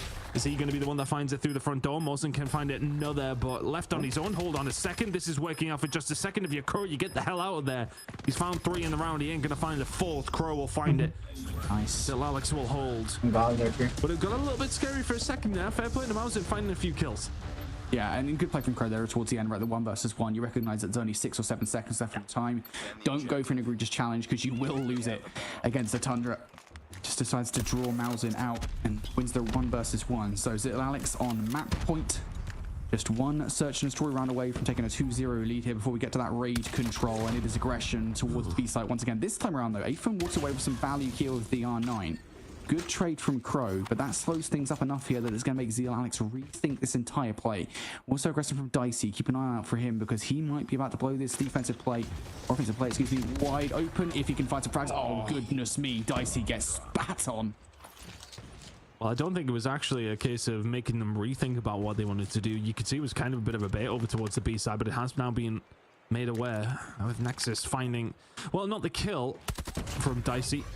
Well, a little bit of info. Hitmarker now finding himself in a difficult spot, but a spot that Nexus now have to very much respect. Team Football looking for the angle if he can. Hitmarker just playing with them and just giving them so much space. This bomb should be going down over towards A. It hasn't done yet. 2 versus 2. We got the bomb. Gonna say, taking that bomb down for a while. Not convenient. It's a risky play, but it will finally go down now. No. Given Nexus though, a little bit of time to move forward here. How long that bomb took to go down. Crow gets the first kill. Now last player, you know where football is, so you should be able to pre-aim for it. They're doing so. With this next gunfight, is it going to decide the game? Yes, it will. Phaeton finds the gunfight, finds the round, and the search and destroy goes Zittle Alex away 2-0 up in this series. And Brody, for me, look, I mean, map number 1 we kind of said was, it was relatively close. There was a couple of moments here and there, you know, for Nexus, you are never too far away in that hardpoint. You felt very far away in the search and destroy though. Yeah, I don't know. There's just moments, right? I think it's Nexus were just not playing all that well through those first 5 rounds, right? They weren't being very reactive. I think in a key way, they weren't being aggressive enough, right? I mean, like, you've got to use more utility. We saw it a couple of times, right? Where you've got to throw smokes over the top. You've got to throw nades to unseat those sniper rifle players because that's how you get on the sites. And the fact that we never to really deal with I'm far back. Phaeton in any meaningful capacity apart from that 6th round. I think that was the biggest struggle the Nexus faced there in that search and destroy. On the flip side of the conversation, there was only really one moment where it felt like Zittle Alex were actually playing in any kind of passive way. That was the second offensive effort. Of course, the first, they ended up losing to Nexus, and that was a solid set of trades going in their favor. But, you know, for the most part, I think Zittle Alex were just kind of outsmarting Nexus at every turn in that search and destroy. And that, you know, final round was a really good example of it, right? I mean, they go towards the A site or the B site. They go towards the B site and kind of make a lot of noise. They lose the open engagement thing. All right, we're going to back the hell off here, go all the way around towards A, and they get that puppy down on the site and end up winning the round from there on out. So just a couple of different, I think, decisions being made right now from Zittle Alex that proves them to be the better roster of the two. They do just look a cut above at this point in time. They really do. And heading into a raid now as well, that's a kind of map that is that I want to say it's a classic control, right? You really do see the so-called better teams go on to win this map mode combo more often than not. So I mean, what's the route in for Nexus? What's the play going to be? We've seen typically with their operators that there was actually some really good usage from them in that first map. So let's see if that's something they can maybe get going, because I mean, you can find a 5 dead with an equalizer, and all of a sudden you're in a position to find a point, and then maybe that changes the game. There are a lot more variables, I'm going to say, when it's come down to the control that you could possibly throw in to help you out. Search and destroy, though, is it like above and beyond, and we got to see that in the scoreline. Let's see what's going to go down in the control, though. I guess. Speed running through series. We might be done. That should be better, probably. Time for us here, Brody, at this stage. But I mean, I don't want to jinx it, touch wood. But at the same time, like, you know, well, yeah, no, we'll be here till 5 a.m. now. But irrelevant of that, if we are here till 5 a.m., we've had some great CoD mobile. Still, Alex, though, at this stage, in a really, really solid spot. Can you close it out in this kind of fashion? I think if they can, you know, for me, Brody, it's I don't want to go as far as saying it's. Is it the new raid or is it the old raid? It's a new raid. Let's go. Find a 3-0 against a team like Nexus.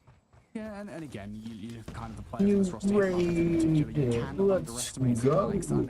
Any stretch of the imagination. They've been solid so far in this best of 5, and I hope they close out here in a 3-0 fashion. How you doing, new raid? Welcome to the club. For the most part, GVO and Crow will come out for a couple of kills, and that will be enough to provide some kind of resistance. But for Nexus now, they are getting this point done fast. Welcome to the club. Style New play, raid. having to move forward here towards that laundry side to try and create some space. Nexus once again are just frankly winning this trade, and now I think short of some kind of heroics here from Hitmarker coming on the flank, this should be a capture. No, Hitmarker's actually going to find some value here, ton. So there's an opportunity here on defense to stop this point, but they're just going to give it up. Nexus able to. So this is a new raid, bring it all the way home. And now, what is it? 2 minutes on the clock. Nexus got a lot of time to make this ACAP happen. A whole lot of time. Slight lead on the life front as well, sitting at 4. But I think, honestly, for me, that what kind of worked for Nexus were the snipers off the rip.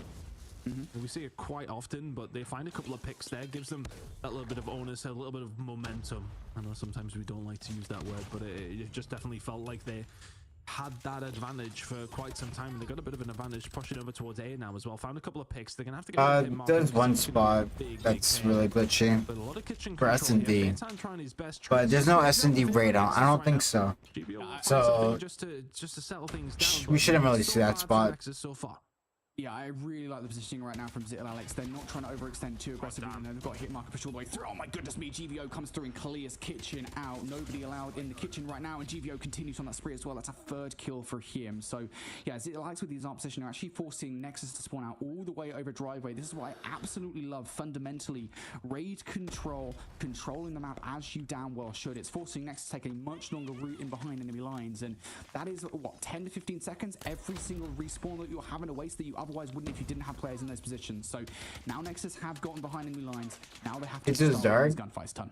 Yeah, Phaeton absolutely screaming for a little bit. Bro, everybody's saying it's dark, like they're blind, bro. Like it's complete black. No, it's not dark. I was not able to quite land the shot. Spawns over towards the basketball court though, and that's it's not like dark. Like Phaeton walks straight to that one. 7 versus 7, 30 seconds to go. Very close one. We can see some war machines. You guys are blind, man. From GVO. They're just trying to solidify this one if they can. 6 versus 4. 23 seconds to go. Like you guys see that? It's not hard to see. It's not hard, man. I'm being blind. Versus 3, that could be a big kill. I'm blind. I wear glasses. I'm blind. I can see. Respect the fact that he's going to be behind enemy lines. They don't call it enough. Maujin pulling out the war machine should be able to trade this one out, but it is done. You understand that I have to squint my eyes to see sometimes, you know? Like I'm blind, bro, but I can see. That's not dark, dude. That's not dark, man. Like understand that, dog. That is a brilliant response, and again, it's down to the fact that fundamentally. Does your mic have? I don't know what that is, bro. I have no idea what that is, man. To spawn further out than they otherwise would, and they only really had 1 or 2 good hits to actually do anything there. It's a tough one to break down sometimes, though, if you can't get like a little bit of map presence.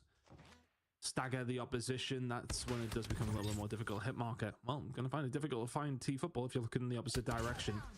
Nice start for Nexus again, though, this time on the defensive side, but a big push coming in over towards A side. Atham there to just pick up the pieces and clean that one up, no problem. Alex trying to get things going. Atham absolutely dominating in the middle of the map. Good start from Nexus. Good thing Rose Rook has been on good. solid on the defense, and crucially, they haven't allowed what happened to Zitlalix in the first round to happen at the start of this one. B is totally secure, not a single tick given away. Zitlalix, though, have decided because bro, I forgot. Bro, the Lakers are playing tonight, bro. The Lakers are playing right now, and I'm missing it. Missing the games. I'm missing the game. Help from the team. Mercy now covering that from the middle of the map as I want to watch the Lakers, man. Is being covered right now from Zitlalix, and Nexus are being forced to make individual plays and individual errors as well. Mercy with a purifier inside the kitchen. That's a foul that you have to make. I want to watch the Lakers. Second tick now through. We need to see some double chows done. GVO is doing well to hold down from the money side. When you speak into, you can hear left or right depending on where you speak. I guess. I don't know. I don't think so. I have that. I'm not sure. I have filters on my mic that just so you guys don't hear the fan, because the fan is loud. You can't really see my hand, but the fan is to my right. To my right, whatever. And like it's loud. Who they playing tonight? Who's they? Oh, Lakers. They're playing Celtics, right? Let me see. Who's just looking at it? I think they play the Celtics. You're talking about what I was just talking about, like the Lakers. Yeah, they play the Celtics. I forgot they're playing tonight. Both sites, but you haven't captured one like, yet. Brett, okay, the time I want to watch. Hitmarker's doing a wonderful job actually just staying alive, but here comes the flank. Mausen will be dealt with. GVO now will bring in the Sparrow, and every single time it seems to be up, he's bringing it in. Nexus, I see at one stage had maybe 4 or 5 operators available. I haven't seen any good usage come out yet, and that may well be the difference because Zitlalix have now pressed the accelerator. They brought in 3 of their own. T-Football is the only one who can answer back with a kill against Mercy, but now an 8 versus 4. Nexus are being picked apart at the seams right now. No answer to the pressure from Zitlalix that they bring in at the right time, and I'll give Zitlalix so much credit from that. Crow does brilliantly over towards A, but every single time that there is an operator to be used, it feels like it's being used at the right time and it's being used well. Yeah, I mean, we so often talk about some guns have flashlight attachments. Okay, then use it. You can't see, use it. Boom. Used in the right way. It is a go button. It is kind of a pack punch towards the end of the game if you need it, and that was most certainly a pack punch there for Zitlalix at the end of that round. And now they've got one towards this round as well. Crow finds 3 with the War Machine off the start. On the other side, Mausen is finding no value whatsoever. Will finally pick up Mercy, and that's going to be an opening towards B. But talk about operator usage both of the end of that round and the start of this one for Zitlalix. That is pretty much perfect. Now the flanking players from Zitlalix are looking to do something. Do I spy a potential spawn trap here being set up from Zitlalix? That's what they're trying to do. I think the problem that they are going to have is, well, I mean, to have a spawn trap work, you have to find some kills. And the other thing, Nexus do have 3 operators. Damn, he just mic drop. Some time. You're 2-0 down in the series. You're 2-0 down with control. Get them in and try and get something going. B has been captured now. Plenty of time to do something now, but Phaeton in your spawn is going to cause probably some issues. You're going to have to turn around, and that's exactly what they're doing. They're probably playing this correctly. Yeah, okay, they will clear out the spawn, and now they can make their push over towards A. If anything, Zitlalix are forced back a little bit further than they probably would have liked to have been. Nexus can slowly maneuver their way up. GVO will do well to find a kill. Is Mercy disconnected again? It's the second time. Back and forth and quite even. These next couple of gunfights feel quite influential. You have Mercy. You can find a bit of kitchen control. You've got some operators to use. Could be your round 2 lose. His phone died. Oh, he's connected. He's back. Different areas of the map right now. They cannot get past the bedroom. They're being forced to push this from elbow, from basketball, from open step side. But that's a wave of guys. Just your graphics on it, yeah. Alex, you just cannot, frankly, let. The Lakers playing the Celtics about to turn that right. That's what I'm saying. I want to watch it, but I'm watching CoD Mobile, the best mobile game out there. Because we love it. CoD Mobile is the best thing ever. Nobody just gives all the information over towards the side of Zitlalix. If I'm Dicey, if I'm Blay, I'm calling everything in here. Hitmarker missing his shots. Dicey not, though. M&T football starting to work well.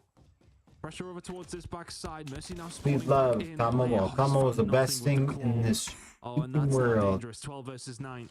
To be fair, I don't think we've seen a great deal coming out of Hitmarker. He's done more, actually, to be fair, with the SMG in hand. Atham's the only one who can answer back. It's 11 versus 7. Yeah, it feels like, if anything, he's just more of a scary presence, right? I kind of a warning sign. Don't come poor side. You have to make that long wrap happen through ring if you want to make anything work on the offense here. Now Mercy just ready to cook in the kitchen, and in cooking he is absolutely doing that. We'll find a couple of kills, possibly one against A from there as well. I'm almost a sponsor, bro. Resulting here in Nexus losing the last couple of players. Of course, Hitmarker has now been removed from the kitchen side, so Nexus know that is a open opportunity, but they want this 3-0. They want it right here. They want it right now. Ethan comes through for a couple of kills. Blay able to find a legendary score streak's banned. 2v4. It doesn't matter. There is no time I don't think to so. make it happen. As Alex give a Or skins. 3-0 whopping to Nexus. And that's a really nice win for Zitlalix. I don't think it matters, but I mean, I just like thought of that in my we head. didn't really know what to expect in this series, but a dominant in the end 3-0 win for Zitlalix wasn't necessarily on my bingo card, Brody. I would have expected probably a closer series. Okay, map number 1 was pretty close, in fairness. I think, you know, we'll give Nexus credit there. They were maybe just behind the operator curve at some stage, and that Yeah, one more series to watch. We're gonna watch Nexus versus not really much to write home Red, about if you're a Nexus whatever fan. that team name is. Dominant from the side of Zitlalix, who I have now got used to saying their name. We've kind of got that one locked in after I eventually just. I'm kind of surprised now, honestly.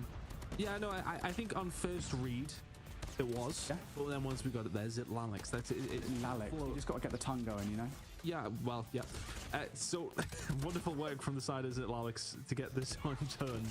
And again, it was just map number 1. Nexus kind of showed something. We've seen glimmers, but other than that, Zitlalix just very much proven themselves to be the better team, and we got a good show of that, specifically in the controller. 3-0 win there is a nice way to wrap up a 3-0 win in this series. They'll now go up against UD next week, or in a couple of weeks' time, I should say. And hey, that's a nice win to find.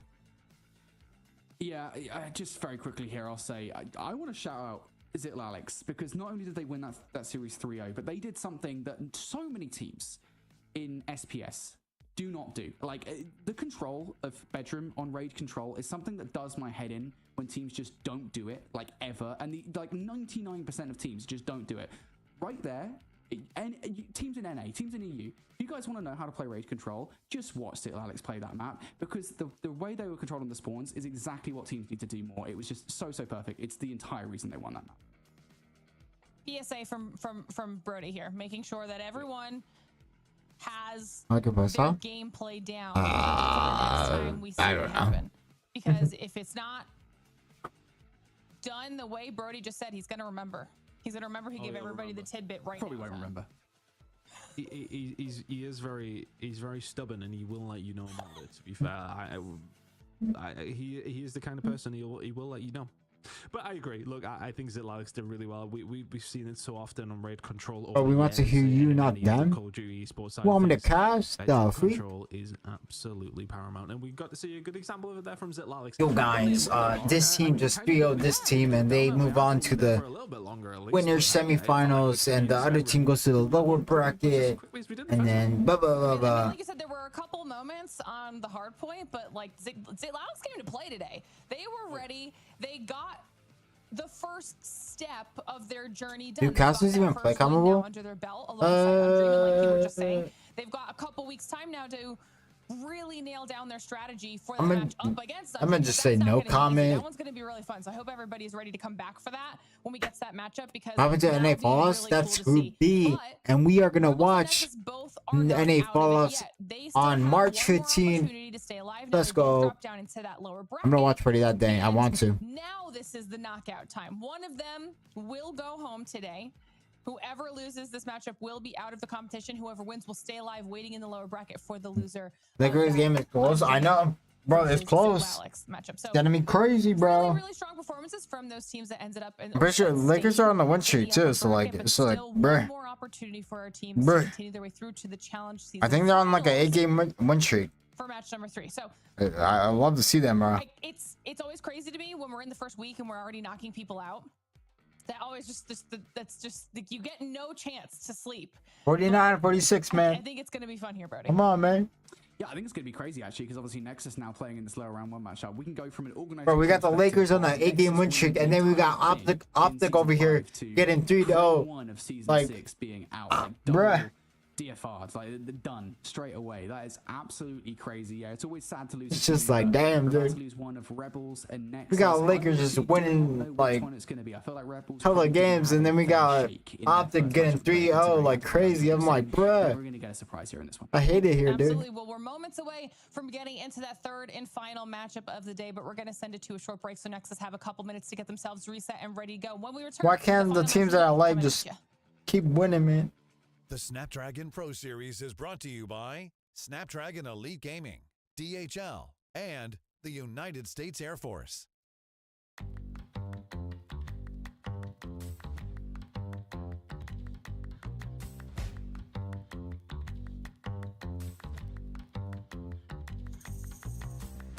That's a lot. Yeah. Hold up, chat. We're gonna go back to watching this. Hold up. Hold up. Hold up.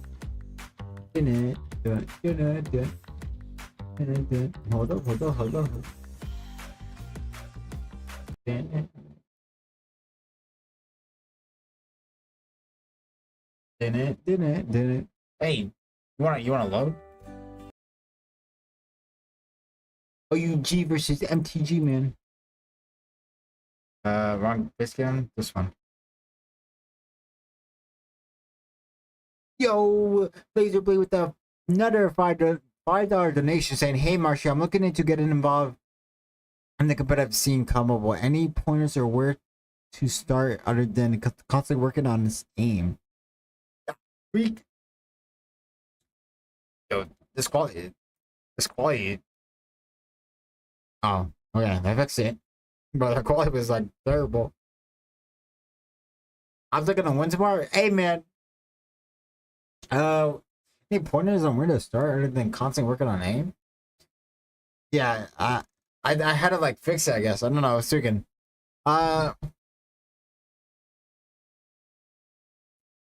So.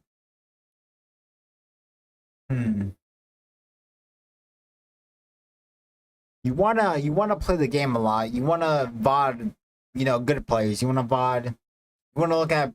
I'm pretty sure there's a couple of pro players that has made videos on how to get better. A couple, I believe, like Tag, Jesus. I think he has made a video on something like that. I don't know who else off my head, but yeah, there's like YouTube videos on how to get better at the game, and that tell you more than just fix your aim type thing. It tells you like where the spawns are, map knowledge, and all that stuff is like, yeah. There's videos on YouTube. Yeah,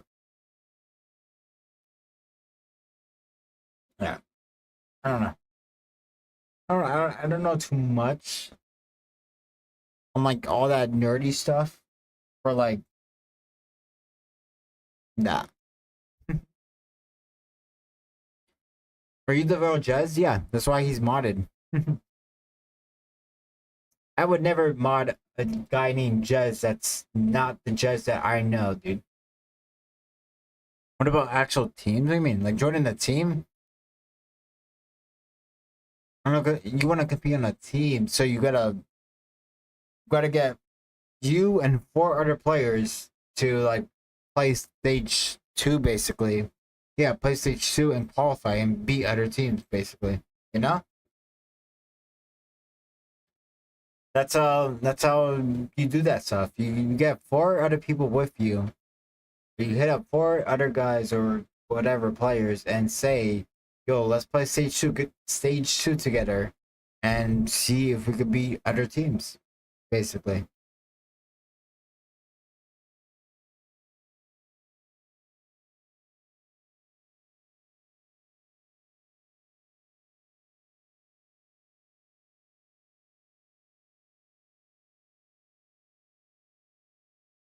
How many minutes?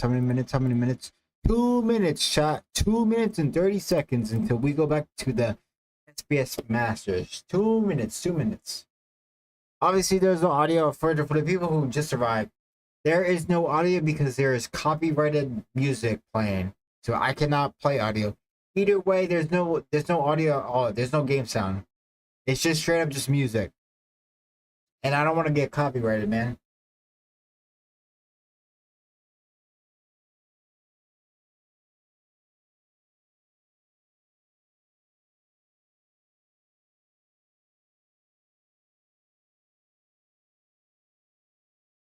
And obviously, but for the people who don't know, this is OUG versus MTG.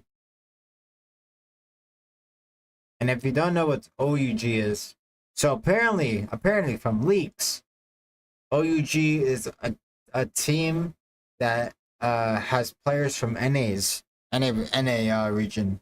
Apparently, you know, going off leaks, man.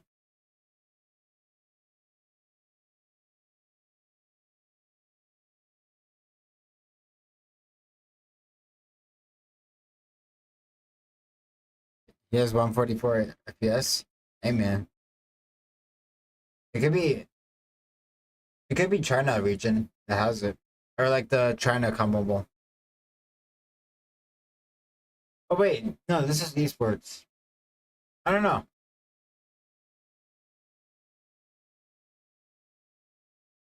Maybe, I don't know. That's interesting. I do know that China does China have 144 FPS in their version, like in their game? China one?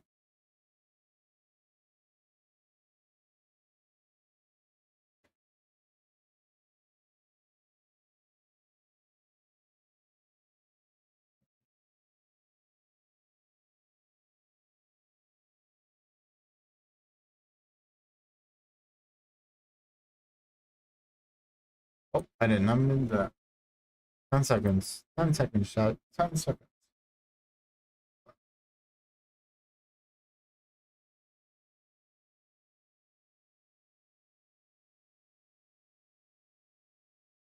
Gaming, DHL, and the United States Air Force. W, let's go. Just be careful of the music.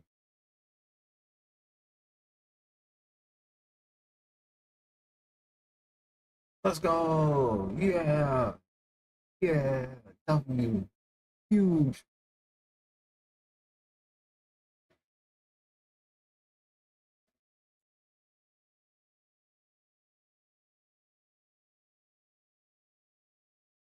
Zero. Boom, boom, boom, boom, boom. Boom, boom, boom, boom, boom.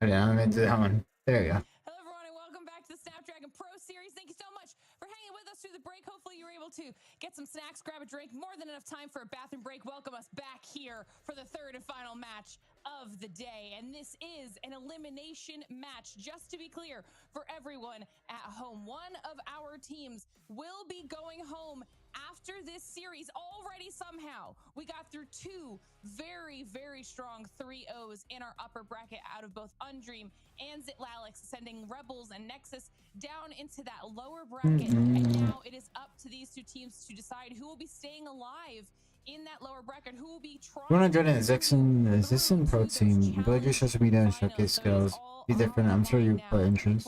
Yeah. Build a social community followers, whatever. Next week we will be sending another team home. Two more teams stay alive in that upper bracket, so lots of action coming your way for the rest of our challenge season. But for now, it's all about Rebels versus Nexus. We saw the performances, obviously, out of both these squads, and hopefully it's going to be a little bit closer, but still, I think, potentially a little bit of struggle here for Rebels, Stan. Well, it's hard to say because like Rebels are going up against one of the best teams in the region, if not the best region. What's up, Sin? Best team in the region. So I think it's a hard one to kind of judge with. I was saying we kind of had our litmus test when we were going to both those games to kind of make a judgment, especially the second one of where these teams are at. Zitlalix kind of did surprise us in a certain kind of way. Make team, make Discord, start community versus show. Does that say more about them or does that say more about Nexus? Well, we're about to make team, make Discord, start competing. This one and sort of saying, okay, well, we kind of really don't know which way to lean on this one, because we don't know how, for the side of UD, how strong they were in comparison to Rebels, or was Rebels' performance lackluster? Well, I suppose we're going to find that all out. I think all signs for me, though, are pointing towards what should be a relatively close game. But I said that in the last series, and, well, Nexus got slammed 3-0, so here we are. Like, let's see. I mean, I'm always there for the surprises, Lauren, and maybe we'll get one here. And that's kind of the flip side of it too, Brody, right? Both of these teams are coming off of a loss now, and it boils down to their ability to bounce back after something like that. Yeah, I will say, I think in that department at least, I think it's probably easier for Rebels to bounce back, just because obviously, like, you just lost 3-0 to Undream of all teams, so it's just like, well, yeah, what do you expect, right? I know the fashion that they lost 3-0 is kind of difficult to, that's going to be ultimately a difficult pill to swallow, but I do think, like, ultimately, it is. Should air players focus on movement or aim or position? Aim and position. Easy. There's no easy match. Unless you are a flex AR that plays point, so you focus on like everything. It's more difficult for Nexus to walk away from that matchup and say, hey, like, we just got 3-0, like, where do we go from here? Like, it's much more difficult to mentally bounce back when you don't have a very easy excuse per se. Nah, So I think Rebels, I get you, Blade. It's a common thing, but I don't know. I got lucky. Australia, during like the Australia beta, I met like the comp players and all stuff through like the rank system, or I don't know how exactly. It's so weird because it just random things just happen and you don't know why. These matches completing. But yeah, I was lucky during the Australia beta. I think it was like rank or maybe like custom lobby. Somehow we just started scrimming, and then yeah, things just happened. Players made teams, and then boom, you know, now we're here. You know, it's so weird. I don't know. Like I don't know. Like I don't know how you suggest or like how you suggest or help whatever somebody get into a comp scene. All I know is yes, you should, you know, you should make a social media, you know, build a community. You need to do that. You need to have like a fan base. You need to have like a fan base or something like that, you know? Build the audience. That's the right word. Build the audience. Get your name out there type way. Get your name out there by building an audience, you know? Not doing that, you know, not doing that weird stuff and self-promoted, you know, being cringy about it. Maybe if you're Rebels, you got to see a little bit more, right? So you got to see some of their Hardpoint. You got to see that they are wanting to maybe wait for those perfect moments on the operators. I feel as if Alex did well on that Hardpoint because they were proactive with theirs, so that's maybe something they can take away from that. Search and destroy. Did you know Chinese players do some? So maybe we won't see that map in particular that we've seen. Is it a map firing range that you maybe then want to visit potentially? Don't care. Control. I think they were probably a little unfortunate to get 3-0, and I think they at least nearly had something in round number 1 going. So okay, you could maybe say that opening breaks look pretty decent. They may well just do that. So I don't know what to do with the topic. Information you need if you're Rebels. People just be saying words, man. But at the same time, I think it's hard to, when you're coming up against such different opponents, read too much into it as well. I think for both these two teams, you're heading into this veto process. Lessons by Marshy. You ban your weak ones. Yeah. As simple as that. You go from there. Yeah, and if I could here, I think at this point in the season, like, there's no point trying to veto against your opposition. Like, unless you are going up against a roster like NA Full. What about money? Like, you know what the good maps are because you will have, like, VOD. Like, they are probably the only team in the entire competition. Are you guys at my MA still? Competition you could actually, like, realistically veto against them. Like, yo, how's the Lakers doing? Let me know. Let's see. Okay, we're losing by a couple points. But it's halftime, right? Yeah, it's halftime. Third half hasn't started. Or the third quarter hasn't started. One thing these guys will have taken away from each other in their last series will probably just solely be the composition of the roster. Like, who's running the sniper in the search and destroy? Who do we kind of need to take out off the rip here? Because that is, I think, the fundamentals of how these modes work. Of course, to winning is the goal, but it's okay not to win. All you have to do is and show yourself. Yeah, that's really going to be it. Yeah. If you lose and if you're talking about like joining the team, if another team beats you and listen, if another team beats you and you get like crazy, you drop like crazy numbers, like crazy number, they might, you never know what could happen, you know. So we'll have to see if our teams are almost ready here. It's like you could be, but before we get into match number 3 as well, you could be a good player but on the wrong team. I mean, we're sitting here talking, something like that, you know. Kind of hypothesizing who could potentially do what, but when it comes down to it, who do you think is going to win, or are specific teams that you're pulling for? Do you think it'll be Rebels who'll be able to bounce back here and stay alive in that lower bracket? Like some players can understand that and see that, oh, this player is really good, but he's on the wrong team. I bet if he joins my team, he could be a useful player, you know, something like that. Those things can happen. When it comes to this type of a competition, that anything can really happen. It's still anyone's game, and we're never counting any of these squads out. Like you've said a couple times, Brody. Obviously, we went from top 16 now to top 8, best 8 in the region of how we're here. That's going to be slashed in half again. It's always tough with how. You're also raising the ticket prices for hospital team. Hospital team. This far that everyone has. So hospital team. We get the picks through. All right. So I'm at Hardpoint here, Tom. Yeah, them getting LeBron is setting up LeBron for his retirement, or them getting Luka is setting up LeBron for his retirement, because once LeBron retires, who's gonna be their star player? Luka. Well, in particular on that map, firing range very different to how Tunisia plays, so nothing to really read in there. And with the raid coming up there, Nexus will be more than happy with that as well. Hassi and Dave will need to see a standoff for map number 5 as well, which will be the first time this season. That'll be interesting as well. So yeah, interesting map set. I think if I'm Nexus, I'm potentially a little bit more happy about this one. I suppose the only thing you can read in the Tunisia pick is that it plays pretty similar to Coastal, so I suppose you can maybe just try and make a judgment call based off that. But it's really hard to say. As we kind of alluded to throughout that entire conversation we just had, it's hard to really pick some of these reasonings around how things are going to happen. We're just going to have to figure it out. But on a base level, there's kind of some things there. Yeah, and I will say as well, the raid control is going to be the interesting one for me, is because, you know, going back to the comment I made before we went to break, right, is the fact that I think Zittel Alex are playing that raid control so damn well. Like, it's in a way that you wouldn't really see any teams. I don't think you're going to see Rebels play raid control like that, right? So for that, I don't think it's really going to be a stress point for Nexus at all, even though they just got 3-0'd on that map mode combination. I think, again, it's a very different play style. Understand, but I do understand for Lakers with Mouse. The best of 5 is not a stress for me. And also, some particularly concerning for Rebels, right? I mean, they got slapped about by Undream on it, but it's not like fundamentally they were doing anything wrong. They were just getting outslayed. So I think for me, just coming into the series, it's kind of a clean slate for both teams. Well, now that we have our picks and bans through, we've been chatting enough. Hold up, chat. I'll be right back. Chat. I will be right back. Who stays in the challenge season? I will be right back. Because match number 3 between Rebels and Nexus is ready to go. So let's get into it. Yeah, we've been yapping for a while about this series, so let's see how it's actually just going to go down.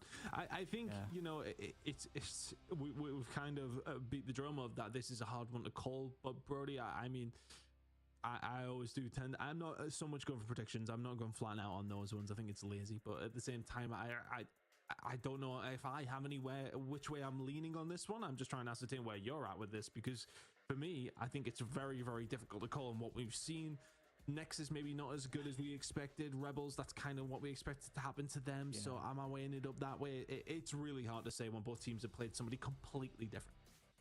The thing I will say is I don't think we've seen Rebels at their best just yet, right? You know, for a couple of reasons. First and foremost, I think, again, they played Undream, so it's just like we didn't see any of Rebels actually playing well in that best of 5 because we frankly couldn't. And I think secondarily, they're not playing their best players. Right? Lock in, twin. Lock in, twin. On the bench, I believe. So, like, just bring him in. Like, I don't know if Yawn is actually available tonight. I don't know if he's, like, supposed to be playing these matches. But I would definitely be subbing somebody out for Yawn right now. But it makes no sense to not have Yawn playing. Like, bring, like, Vertex out the match for Yawn. Like, that's, like, an instant swap that I would be making. Maybe not a like-for-like operator swap, but, like, just give Yawn, like, the equalizers and it'd be fine. Like, I think it's just the way that you should be playing right now is just bringing your best players on the field, because you definitely need that. And again, like we haven't seen Rebels. Wait, Optic is starting in the loser bracket at Major 2? Oh my god. But again, same could be said. Well, obviously, but Yeah, the way how they like lost so many 3-0s is expected. The matchups, but I mean, Nexus didn't necessarily make theirs look great either. I want to say, but I don't know if it's hard to lean in any direction in this one. But then that's kind of what we like when we come into these series. This is an elimination match. If it's not a close game, then how have the teams even ended up here? I'm just trying to have a look through. As far as like who they kind of matched up, they didn't run into each other as far as I'm aware. I think that would have been quite surprising. They had done and ended up in the same group. So for them to, you know, not have necessarily too much info on each other, like it is a difficult one to kind of lean towards it. I do actually have the picks and bans and what was actually banned away here. So Rebels got rid of go with dirt. What we doing? Then of course we've seen the summer pick coming in from Rebels, and then going over towards the search and destroy. It was a ban of Coastal from Nexus. So that was based on actually what we've seen from Rebels. Wait, is one of you guys a Mavs fan? Of the day up against UD was a Coastal, so choosing to get rid of that. So for Nexus, again, that's kind of point towards what we kind of thought, that just ban for yourselves, not necessarily feed into for your opponent. Rebels got rid of Kurahana. Nexus then picking Tunisia. It's surprising to me that we see a Coastal ban, not Tunisia, and then a Tunisia pick. As mentioned, they do play fairly similar, but maybe that's just in terms of pure play time. Yeah, the pick of standoff coming through from Rebels, the ban of Crossfire from Rebels after what happened to them in map number 3 up against UD, of course, is probably not 100% surprising. But then Nexus going into go for the ban, meaning we're playing raid, so they kind of effectively get to pick the map that they just lost on themselves. So, I mean, some of it makes sense, some of it doesn't, but hopefully we'll find out how it's going to play. Over Garby. Yeah. We are just waiting for the game to. Oh yeah, Kyrie is injured right now too, which sucks. To start the game. Do you think we have like a mystical button that starts the game? Yeah, I forgot Kyrie was on that team too. My bad. I did have a button, and when I moved house, I left it behind. I sold it for like £4, which isn't even that a lot. You can't even buy Greg's for £4 nowadays. Like, what do you want me to do? You probably. I mean, right? Okay. Like, can't. What you Boris Johnson ruined the economy, mate. I don't know, like for today, but at the same time, but what are you buying? What are you buying from Greg's? I normally go. To be fair, I think the thing I normally go for is a steak bake, which I found out costs like £2.35 now or something. It's like ridiculous. Maybe it's the southern prices. I don't know. I don't know, also, it's crazy. What is it? Warriors. Discuss like the discrepancy of prices. What is it? Warriors are. Steph Curry's going crazy. Broadcast, but like discrepancy of prices. If you guys aren't aware, like obviously Americans right now in chat, you guys might experience this across the country, but like in the UK, right, the price of food changes the further up north you go. It gets cheaper. I can't believe it. You buy 20 chicken nuggets in McDonald's and it costs like £8 here in the south now. In the north, it's like £5. It's ridiculous, absolutely ridiculous. Anyway, that is a total conversation that is not to be had at 3 a.m. here on a CoD Mobile broadcast. Yeah. That being said, the point being, we don't have access to a magic button that starts the game, guys. What, the Butler trade? Please, for the love of my life. Anyway, that's a good opinion. We've got a great match coming up here. I can't wait. One of these teams is about to be done so, mate. One of these teams is about to lose the game. You've just went on that full tangent yourself. That wasn't even my fault. It wasn't, but I'm gonna act like it is. You just, yeah, okay. Usually it's that's a good opinion. Down that route, but you that's interesting. Yourself, and I was just happy to sit there, listen, you dig the hole and try and dig yourself out of it. That was funny. But here we are. Well, hopefully we're going to be loading in very, very shortly. We'll blame the game not starting up on, well, your button not being there. You sold it for £4. Yeah, sorry, mate. I sold it. Apparently by Grexworth. But irrelevant of that, here we are. We're still waiting for this one to get going, and we will be jumping into it very, very shortly. But yeah, for all the Americans who are sat there and watch it, I can't even go into the conversation anymore, as I'll lose my mind. But hopefully we're going to be jumping in a second. But I think, you know, this is kind of why the challenge season exists, why this GSL format exists. You know, we go into these knockout matches where we don't have an expectation of which way it's going to go. You know, that's always the nice thing to have. You get to these kind of game states, you get to the stage in the tournament, you don't know which way this game's going to go. That's the nice place to be in. And yeah, he has some help. It's an elimination match. You want the teams to really have to fight to stay in the tournament. But I think for both these two teams as well, irrelevant of what happens in this game, the next game is going to be difficult. Yeah, like, and that is the interesting thing about this like stage of the competition, right, is that we do just come into these matches and we don't know what to expect because, you know, for a couple of reasons. First of all, you kind of come down to lower round one here. You expect these teams to be relatively closely matched. And for two, you have a lot of new players on these teams, or at least returning players that haven't played in a while, that are not kind of the regular mix of players. I mean, for a good example, we just got a really good match in Zip Alex and Nexus. It might not have seemed it because it was a 3-0, but the maps themselves were like fundamentally enjoyable matches to watch. Right? That series, that second series is good. You know, This is more close, whatever. These matches are really awesome to watch. Like, they're really close. This is just an incredible series, incredible matches. I can't wait to get into it. Honestly, I just want to go. I just want to get into the game. I promise I want the match to start. Well, hopefully we are jumping in. Are YouTube chat complaining towards you? Are they making sure? Because I just want to make everybody aware that it is Brody who starts the game. This has nothing to do with me. Yeah, what do you want me to do here? Okay, like I don't have any powers. Okay, I barely have power in myself. Okay, I don't know what I did today. What did I do when I woke up? What did you do? I think I had like a bowl of cereal. All right, nice. Sure. Is that? Oh, well, I thought we were starting, but we're looking at logos. You remember the Lakers? That sounds like the game starting. I guess, yeah. We are actually having the game start here, so unfortunately I can't torture you in the way I wanted to. But Rebels against Nexus is now coming up, and this is very much an elimination game. I guess, yeah. Rebels will. I just want a good NBA, you know, playoffs and all that crap, you know. But yeah, I say I guess I root for Lakers. A good game, so let's see if we can get something that's not a 3-0 stomping. Doing great for the schedule and not so much for the entertainment, but let's see if we can get into it and see if we can have a banger. It should be both these two teams fighting for their survival in the SPS, and it is about time to do or die for both these two squads. It is time to turn up or shut up, because you are going to be done if you do not win this series, and getting DFR'd is frankly quite embarrassing, so you definitely don't want that. With that said though, one more chance for both of these teams. We're going to go to a Summit Hardpoint to start this best of 5. Like I said, I mean, Summit Hardpoints are always really fun. Again, like for those of you guys who don't know how this map works effectively, yeah, there's 5 hardpoints on this map. 4 hardpoints on this map. God, I can't believe I got that wrong. There's 4 hardpoints in this map, but the most crucial of all of them is going to be that rotation from P2 to P3. You can effectively change those hills back to back if you spawn on the blue side of the map. So keep an eye out for that for Nexus, because they're going to want to start very strong with those. Let's get it. It is going to be interesting, right? Because I mean, you know, for all intents and purposes, We got Legacy versus, or Legacy used that shotgun in it. Fight in the Hardpoint. I believe that's real Legacy too. We'll be candid.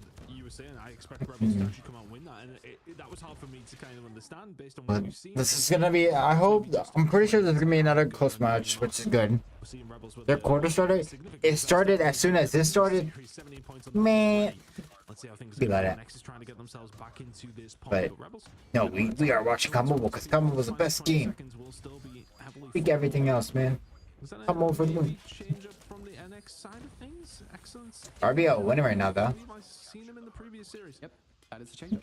That is a change up. Was Dicey in the last series as well? Dicey was, yeah. Yeah, okay, just making sure. Yeah, no, Excellence is a good pickup here. You know, again, he was a player that played back in season 4 in the Oh wait, Excel's is playing now. Yeah, they got Excel's and Dicey. The roster that plays 5th back in season 4. So Excel's, Dicey are comp players. Legacy, pretty sure pro player. I don't know if you can determine it. I don't know. My memory is bad, so I don't know if we could determine him pro player or comp player. I don't know. I'm gonna say pro player. I don't know what events he has played. I have terrible memory. Okay, my memory is bad. I understand that. But yeah. So far, for the most part. But the known players here are Dicey, Excel's, and C. But again, with 25 seconds left to go on the kill, keep an eye on that rotation towards P3. It is that hard point that provides serves as the money kill in this map. That's when you're gonna get all the time. I mean, it's a good game. It's a close game, man. Close. Like it. Over those previous 2 series. Legacy find a couple of exit kills here though, and Rebels will manage to pick up that scrap time. Heading over now towards P3 though, and Nexus have had time to dig the trenches. The gunnies are up, and what can they find from it? Vortex for the kill through the middle of the map though might just cause a little bit of concern. He's got very aggressive with the claw in hand. maybe expecting that flank to come on through. This is something that could be being utilized inside the same mountain, though. Utilizing everything he potentially can very, very well, and that for Vortex is just a terrible call usage in the end. Excellence will find it. Nexus now with the potential to pick up some big time P3. Two of them are using shotguns. Nexus are. They are allowing a couple of players through Snowside, though. Immediately going to be bounced out here by players through the front of the hardpoint. Magnus, crucially. The teammate didn't shoot the trophy, or am I tweaking? He's right next to him, too. Found here by Rebels, but ultimately it is going to be Nexus winning the vast majority of these gunfights. Still, Rebels are doing a good job at the moment, kind of puncturing the front of this hill. This is time that you're taking away from Nexus. So despite these backspawns coming through here, Rebels are ultimately taking this time away here, Tom. Doing a good job, considering how it started. Not too bad of an effort, but the problem for Rebels is that they are spawning towards that P3 spawn, which is kind of not where you want to be now, 5 seconds before P4 is dropping down. But they're doing a good job on the transition side of things. We can already see that Naz is all the way towards the back side. Really does need some help from his teammates, but he's doing a phenomenal job. He's found another kill on the 8th, and could he find another? That would have been brilliant. Not quite, but it has opened up a little bit of room for Rebels to get themselves in 55 seconds here. Left to play. Yeah, he's going back and forth. They keep like trading points. It's still like still together. Like I think earlier was like 30-30. Now it's 60-60. We've seen that maybe operators were quite useful for them in the previous map, but they need to be better here. For sure. Well, Rebels right 2 Sparrows. 5 seconds on the board here. Still left to get inside this hard. What team? I didn't see it. I paid attention this time. Let's see. I'm like just looking at the gunfights, but I didn't see the Sparrows. Who's using 2 Sparrows? Let me know. Let me know. It could be Nexus because I know Exo just he played this. He started playing this series. He didn't play that series, so that's probably why. Who knows? Actually seeing what they look like when they're given the opportunity to actually play as a team and not just getting absolutely stomped on by the likes of Undream. This is a much Nexus? Ooh, could be EXO. Probably EXO because he just subbed in now. It's looking good for them. Let's see. Vortex call his clawing twice and yet to get a kill with it, but doing a solid job with everything. Let's see if they still have it. If you start stepping that up, then all of a sudden Nexus could be in a lot of trouble. Dicey has his op. Pay attention to Dicey. Martian. Let's see. Trying to combine here with the shotguns out as well. Nexus trying to get some decent time. That's EXO. He has a Sparrow. Yeah. Make it 5 now, Mausen. Sensational work. Have to make sure that they get something. So he has Sparrow. EXO or did Dicey use op and I see Sparrow. It's GG's, man. All Nexus over the last 10-15 seconds. Chop chop. Hashtag ban. DQ. Nexus in control for the back 15 seconds here. Again, the rotations have been kind of the name of the game so far in this hard point, and Rebels. I'm like waiting for Dicey to pop his off. Or Spected them. One of them. They haven't Spected Dicey. As soon as he got his off, I'm just waiting. Towards P3 as well after this hill is done and dusted, but they've got to fight for it. You want to make sure they win the gunfights here towards the next hard point, and those 3 kills from Naz are pretty much everything you could ask for. Just one more player to contend with Ton. It's Mausen who does pick up a fight here and actually will enable a couple of wayward spawns to come through from Nexus to potentially rotate towards this hard point. But still, big gunfights coming through here for Rebels. Yeah, USS 9 still looking pretty powerful, right? We tried to nerf it, we really did. Still looking good. French. He actually did that. He didn't run no out of bullets. Like, come on. Use your gun, man. Scream. Take my head. Got an extra gear. And when they need to find it, they do so. Nexus, though, is very much still within that touching distance. Having a look at the operators that are available. How influential is Dicey and Excellence going to be heading over towards P3? Right now, it's Rebels in control. Big gunfight going to go down on ice, and that's actually going to be won by Aetham. So they're going to be able to get themselves through here. Nexus should be spawning over towards this backside when they do actually start dropping. And they are. P3 rotation semi there for Nexus, but Rebels very much here on the forefront as well. Again, this hill last time around was not ultimately that great for the team in control of it at first. Rebels trying to break early on. It is important to say that you can break through the front if you use your operators correctly. Zio does wants to do exactly that with the death machine, trying to find some more value. That's 2 kills already. Rebels knocking at the door, and that's 3 for Zio through the front. But Nexus, they have is he cooking? Yeah. They know that's the only way to fire back against the operators of Rebels, but they have to win some of these gunfights. Yeah, Rebels now have 3 available as well. Magnus now going to call in the War Machine, can find 2. Decent value, would like a little bit more. Vortex finally getting something on the board with the claw, making 1 and 2. Excellence can find 1, continue to survive. Nexus batter back with what they have as well. Operators are plenty from both 2 teams. Okay, I give up. Okay, I'm pretty sure he's holding his operator because he knows that he has Sparrow and his GG's. Bro, it's been 3 hills. I'm pretty sure it's been 3 hills or what, maybe more. He has not popped the Sparrow. I think he knows. I think he knows he didn't have Sparrow. Because he hasn't popped his operator, and I'm staring at it. Yes, I'm pretty sure they even know. They even know that GG's. Or this guy just doesn't use operators at all. I don't know, man. Dude, I was staring at it. I'm pretty sure he just doesn't use operator, or he just knows that it's GG's.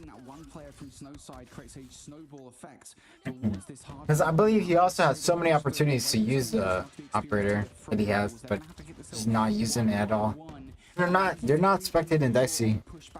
Nexus have just broken in here, Tom, within 20 seconds. This could be a pivotal moment to look back on in this game. It'll be massive. Legacy finds 1 with Equalizer. Aethermody finds 1 as well. Both these 2 teams. Okay, yeah, he does have Sparrow.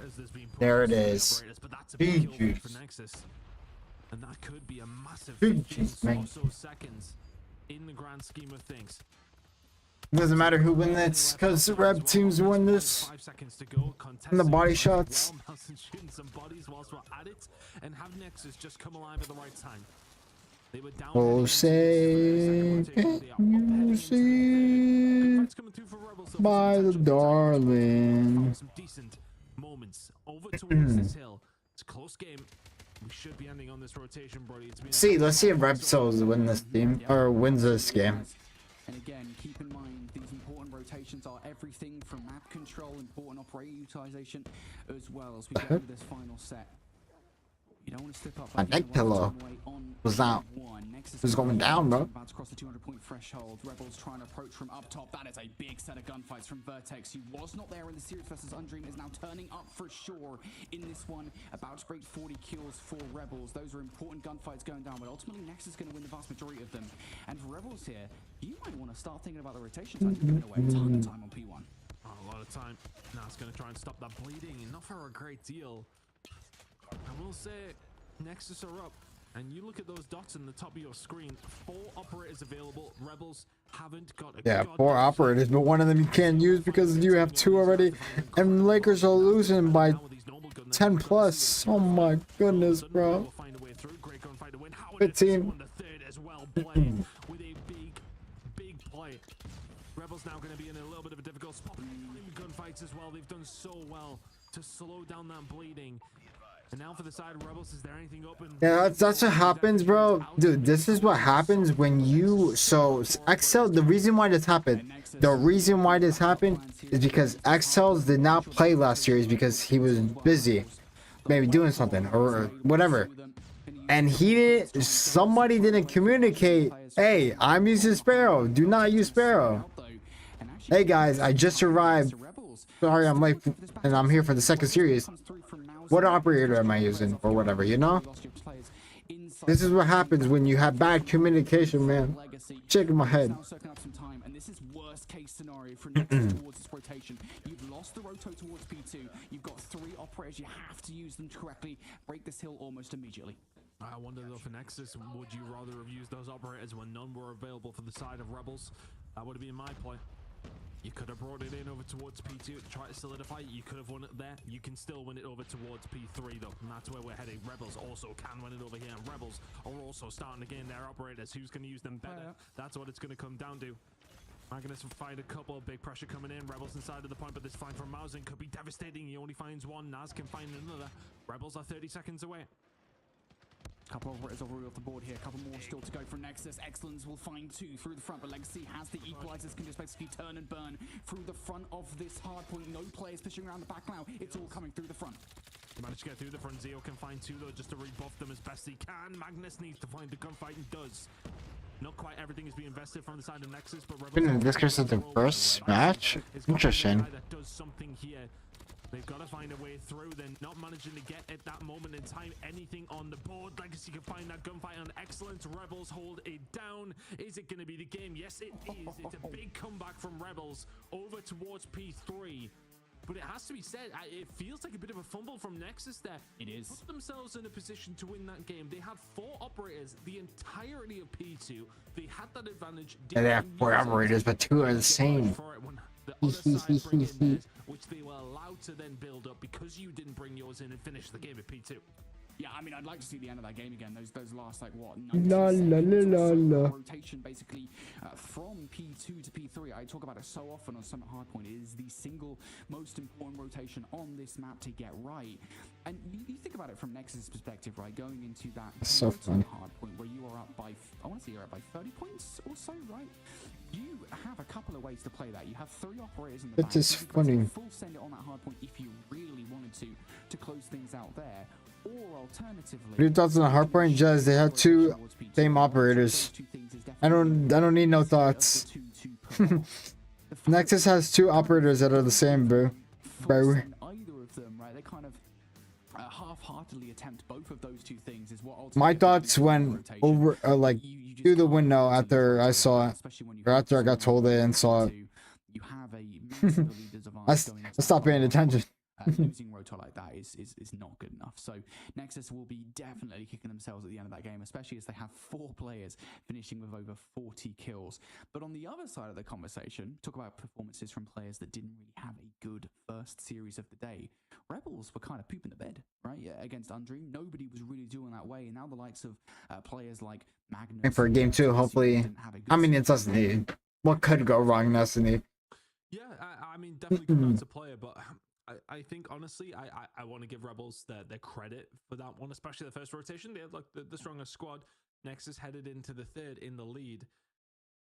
When I think sometimes it is easy for me to say because I know exactly who has their operators. But if you have 4, you can close it out at 2.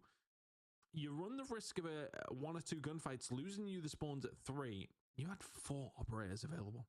Yeah. Hey, did you know that 2 of them had the same operators? You know they have 4, but you didn't know 2 of them had the same operator. I'm joking. I'm joking, man. I read them in my face cam, but it is what it is. Oh, Jez, I think also Nexus knew that they had 2 of the same operators. That's why Dicey did not even use it at all, which is really funny.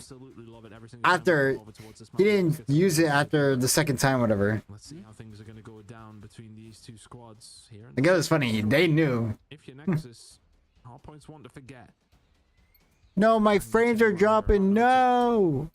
Yeah, 2-0 is always a fun one. No. So solidified in the map pool at the moment, you kind of know what to expect coming into it, right? I mean, the way that teams play things on the defense and even on the offense are pretty much set in stone, and really it comes down to the execution of solidified game plans off the start of this one. Here's one for you guys again. You've got player towards the back of the site. It's going to be Excellence this time around. Utility will basically overwhelm. Trophy system doesn't stop enough of that going over the top, so almost immediately here Rebels bully their way into the site.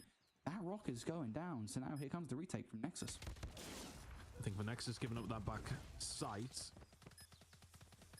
there's a lot of utility came over, so boy, orange, red. Lost a couple already though. Legacy, yeah, he's no, hey, red. Now in a 4 versus 2, playing Atham. Bit one-dimensional level of pushing. It's going to work out to find a kill on the Zeo. Atham now in a decent position. Shotgun shots are solid. 2 versus 2, but Magnus is there to pick up the pieces. Blade now will find Magnus. Now in a 1 versus 1. Legacy will find another with a big flank. That's 3 kills for Legacy. And the round for Rebels. But nearly a 2 versus 4 from Nexus. Yeah, it is just like Rebels, right? I mean, starting that round with the offense that they got, right, where they just managed to fully remove Excellence from the back, and there's really no resistance from Excellence whatsoever. The utility just kind of unseats him. He's not ready to take the fight that, well, you probably should towards the back of the site. And again, we always talk about the fact that if you lose control of the site, it's very difficult we're back? to regain it. So Rebels really off the back of that initial end up taking the round away.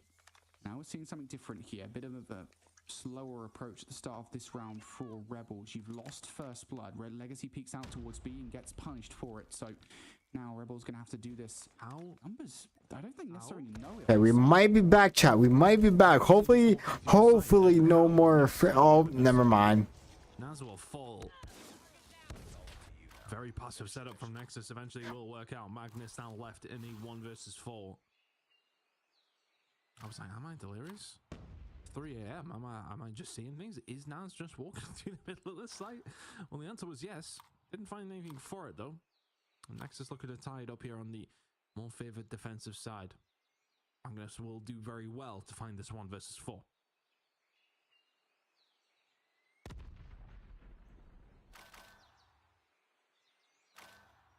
Well, Magnus not really in that desirable position here.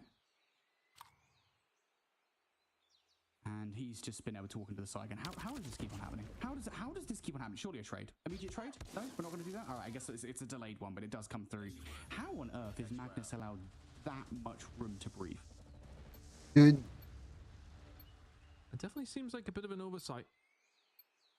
But irrelevant, Nexus will win that one. I think, to be honest, I think Naz and Co, when they find themselves in that position over towards A, is there maybe a little bit of a surprise that they aren't catching players where they would typically be sitting? Is it that maybe slightly off meta hold? You can see how tight they are. Yeah, Ethan, he's going to get picked off here. Potentially gets out though. That's the time where you just need an AR to maybe pick up the pieces, but Naz with the sniper isn't able to hit the shot. All of a sudden, Mounted is. Vortex will get taken down. Zio will find 1 for this 4. Trying to follow up with some more kills here are Rebels, and they're going to get it. Big frag from Magnus. The players that are technically on site from A are not on site really. Couple of kills Like dropping frames, but it's like playing with me. Going, if you guys can hear me, it's going red, orange, green, green, orange, red, If I'm Rebels, I'm hitting red, or orange, green. Like it's going. It keeps playing with me. It's just very, very, very passive. And the advantage you have over towards A is there's 2 entrances from the attacking side, and they are both. It just keeps going down and up. So you would think typically a hold does work there, but Rebels will choose to, well, push over towards B instead. Worked out the first time, can it work out the second?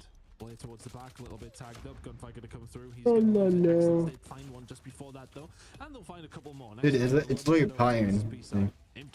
That's so. It's back green for now. It's gonna be green for now, and then it's gonna go back to red, and I'm gonna cry. First time able to actually defend the site here. Magnus is in a lot of danger. It's like playing with me, dude. Chance of you actually walking away, and yeah, I mean, just really well played offense there. Hey, I'd rather have it do this and keep it red for another like minutes.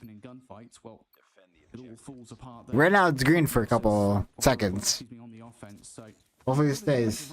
Wins here for Nexus. Rebels figure, yeah, all right, we've had a lot more success over by A, so we're going to go back in that direction. And I just need to see Nexus lock things up a little bit safer. But I'm gonna just keep acting like, you know, streaming's going on until I see red for like minutes. I was looking to try and find a pick, but again. Oh, yeah, I thought he was bouncing off the wall, but he needed the corner. It obviously makes sense. Did cause some damage, but not enough to seal the deal. Information gained though from both 2 teams, and you can already see that Nexus now setting up over towards A again. But once more, it's a free waltz onto the site. We look good right now. I'm not dropping frames. If you can find this kill, will be huge. We look good for now. Could be jinx, but we're looking good right now. Yeah, trades. Mousing finds a second. That's absolutely huge. Yeah, Magnus will trade things out, and this is okay. This is kind of stable somewhat. You haven't dealt with Ethan, who sat. No, he didn't do that right. Expected to be on the right side, and that's unfortunate. He checked it like he exposed himself too much right there.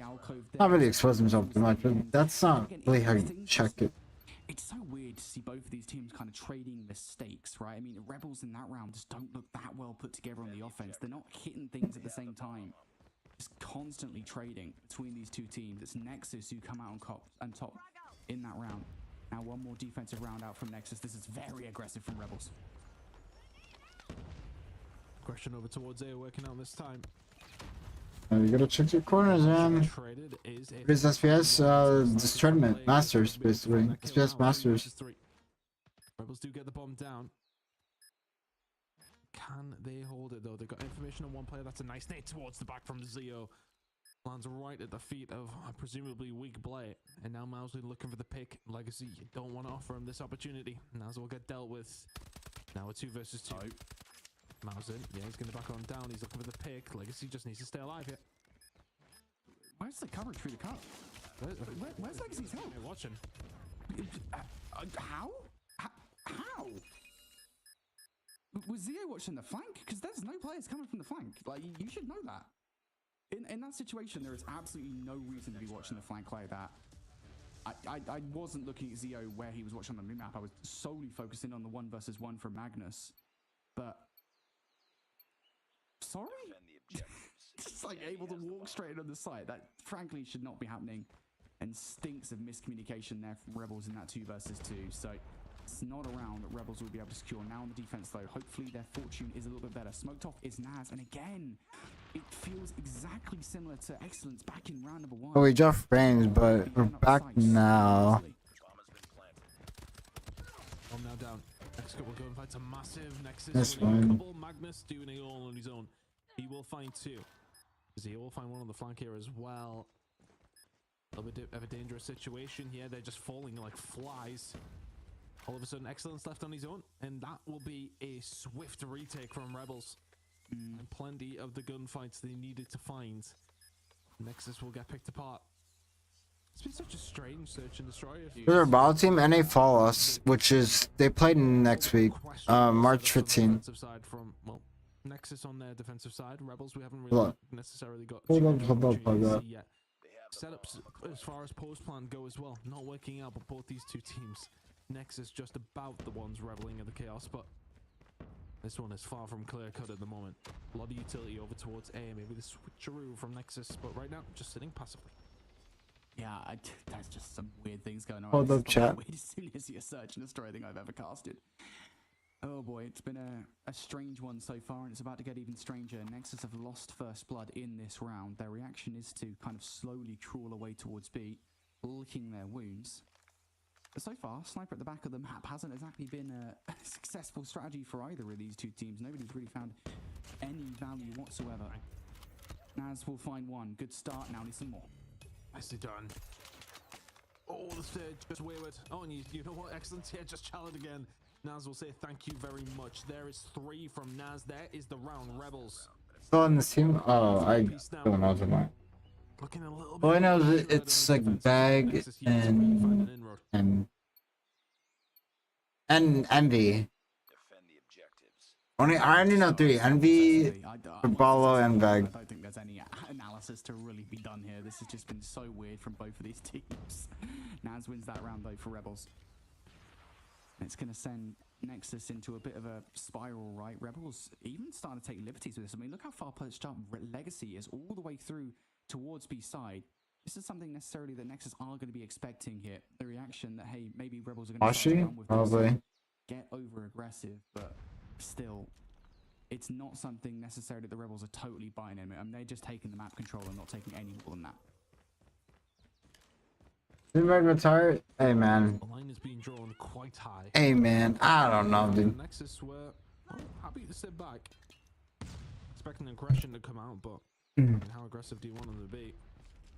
Oh, Excellence. It's gonna be the first gunfight. Yes, it is. oopsies. Legacy will get caught out on the flank over towards that B side, meaning Rebels have to send some resources over towards that side of the map. And yeah, there's gonna be 2 players over here, and there's gonna need to be. Nexus looking likely that they're going to head over towards B from mid and from the front side. Zio can somehow find that gunfight and get out. Surviving. Has a little bit of cover over towards the B site. And now all of a sudden Nexus look a little lost.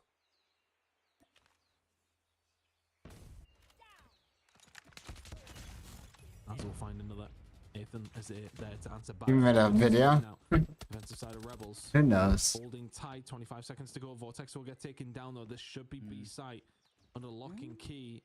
You do have one player, and Naz back there though. He will back on down. They can get this bomb down now themselves. Magnus now over to help. It's 2 versus 3 in favor of Nexus. Yep. Okay, we're looking good for now. Dropping frames. Gives Rebels a couple of opportunities. I'm gonna drop frames in a minute. Different entry points. Magnus has a Type 19 ready to go. I love my internet, man. That's a big gunfight win for Magnus. Nathan will fall. Now Naz can push forward. He can find the gunfight against Dicey. It's a lovely retake from Rebels. It's a crumble from Nexus. And that's 3 rounds in a row on defensive side for the side of Rebels. Lost that round, but it's not over yet. Ready up. Just brilliantly played from Rebels there in that defensively retake, right? I mean, again, the fact that Naz manages to open things going with the opening snipe. Defend the objective. Bomb acquired. And then just get the kills to follow up as well on the 2 versus 2. Really well played there from Rebels. It feels like we're starting to see a little bit more competent Call of Duty from these teams. Yeah. Yeah, there's players who retire so many times and all that. Deal with smokes, trades galore off the start here. Magnus comes out on top. Anime Girl Growl? I don't think I have it. Goodness me, 4 from Magnus, 5 from Magnus, that is an ace in the round. Rebels take the round off the back of Magnus. What is that?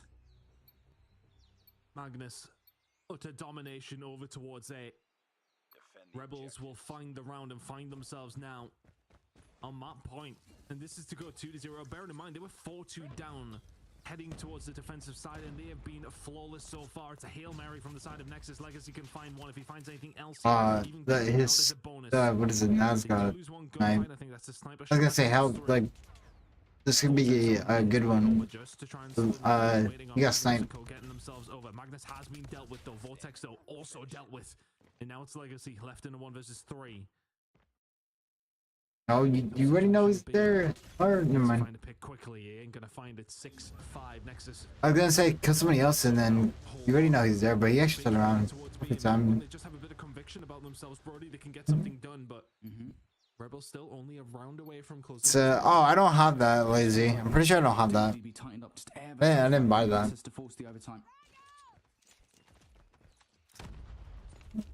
Just a couple of changes and things would be totally different here for Nexus. Utility over the top is doing absolutely nothing to unsettle Naz though. He is standing resolute, waiting for the push from Nexus.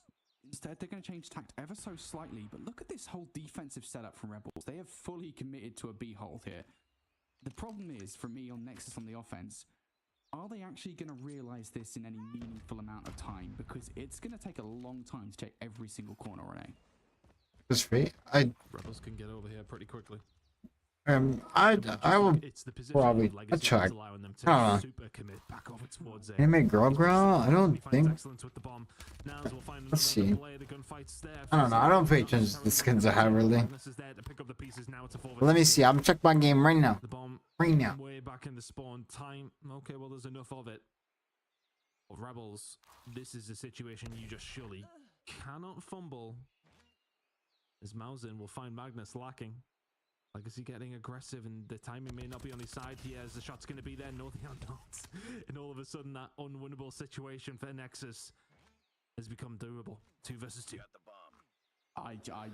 This round in on itself is a movie, mate. Just, what is going on? Rebels allowed to adapt to a free A site when they really shouldn't have been. Make sure your device connected to the internet. It is. 2 versus 2. I have no idea what's going on in Milk. Nexus now translating themselves over by B. Naz is just spotting him out. Call has been made to Vertex now, ready to push. Nice. Vertex can find only second. Why you egoing that? Why you egoing that? Why you egoing that? Why you egoing that? You guys just play time. Rebels will find it and they will find themselves up 2-0 now in this series. Sensational work from Vertex to finally get himself on the board there, Brody. I mean, he had 1 kill heading into the final round. Finds 2 to solidify. Look at that, these draws. I want to say a strange search and destroy, to say the least. Both these 2 teams not quite got the setup on the lock and key just yet, but the difference maker this time around was Magnus. and they must have plenty of kills. But I think for Vortex though, towards the back end, you know, you find those 2 kills to solidify. Let's see the ground. Just a really weird search and destroy. Again, like we said it multiple times throughout the S&D, but I don't think we've seen a weird search and destroy like that where every single I do not have it. For the ground, I don't have it. What's the name of it? Force Storm? I do not have it. Players just kind of been able to waltz into the site. I probably didn't get it then. Down the street. It just Well, I was trained. Really weird from both teams there, a multitude of different directions. And ultimately, the Rebels come out on top, and you said it. I mean, Magnus finishes that search and destroy with a colossal 16 frags to his name. And I think I don't have it. Difference there was that, you know, ultimately Naz. All I have, all my ground skins are literally, let's see. On the defense, right? I mean, he actually found some value after the first round. The first round, I was just like, I have a legendary mythic. I have that white invisible. I don't know how to say the word. The white one, white pink one, and then I have the warrior one. Time again, so Rebels ever so slightly better. Not much in it, but ever so slightly better. It's going to give them 2 a series.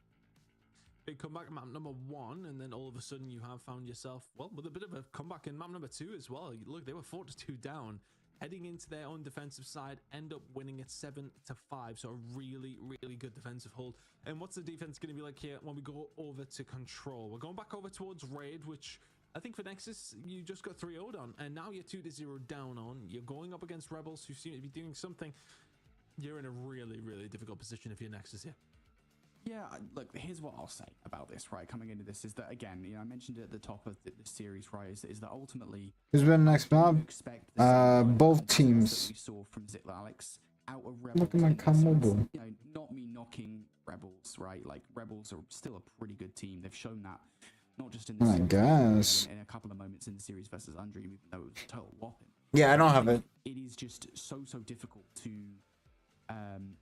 pull off a perfect raid control for whatever reason. Like, we just don't see it out of teams that I don't necessarily expect it out of Rebels in this game. And so therefore things do look kind of different for Nexus from that perspective, at least, right? Where it's just like, hey, you know, you're not going to have to deal with the same kind of map control from Rebels, or at least you don't expect that you have to do it. For me, like, the question is whether Nexus are going to take any lessons away from that raid control, right? I mean, are they going to actually adapt by putting players in the same kind of positions? No, he was on our team. Defense, right? That they weren't adapting in that same way. What is it? It was me, Tech, Shotzi, Jazz. I don't know who the last person is. Oh, Solo. I said this already. But yeah, it was us 5. We registered, but we didn't check in time, and then... Oh, wait. We had an issue. We did an issue checking in because the region was logged to India. So, yeah, we couldn't fix it, so it was GG's. I mean, I suppose the side of Nexus, you have had some experience on this map today. And this kind of pick, yeah, sadly we took like just opportunity to play in Masters. Sadly, it was a risk, but everybody knew it, and everybody, I guess, was sadly okay with it. Maybe. No. For Nexus here on the defense, oh my goodness me, Dicey going huge. That's also Blade with another kill here, or Nexus, excuse me, on the offense. That's going to buy a lot of time and space for Nexus now off the respawn to hit over towards A. You've got a sniper in play on respawn. Hello, Mausen with the Tundra. Hello, Mausen with the Tundra. Goodness gracious. Tracking a player through the smoke as well. Zio is probably not alone for this world. He'll actually find a bit of value in the backline here and somehow still hasn't been dealt with. Finally will be, but that is a lot of progress on B here. It's going to happen again for Champs? What? Huh? The Rebels have forced them away. No. What do you mean? What are you talking about? You're going to. B should be locked in now. You have a 7 life advantage heading into their push over towards A. You got 2 minutes and 3 seconds to do it. You're fumbled by Nexus if they don't manage this attacking round. Wait, daylight savings today? Oh, a massive life differential between these two teams right now. Tomorrow. Or like Sunday, whatever. It is shrinking ever so slightly. Oh, interesting. The Rebels are going to have to face here for the remainder of this round. Word. Vertex, though. That's What's the whole daylight savings stuff? Like, what's gonna happen? Remind me, you know? into unfavorable positions. Oh, the face issue? No. Power positions as well. Nexus, they have all the win conditions to take down this control round. I think if you're Rebels, if you could even just bait out a couple of these operators, that would be wonderful. But in a 10 versus 3, I don't think Nexus will be tempted into it.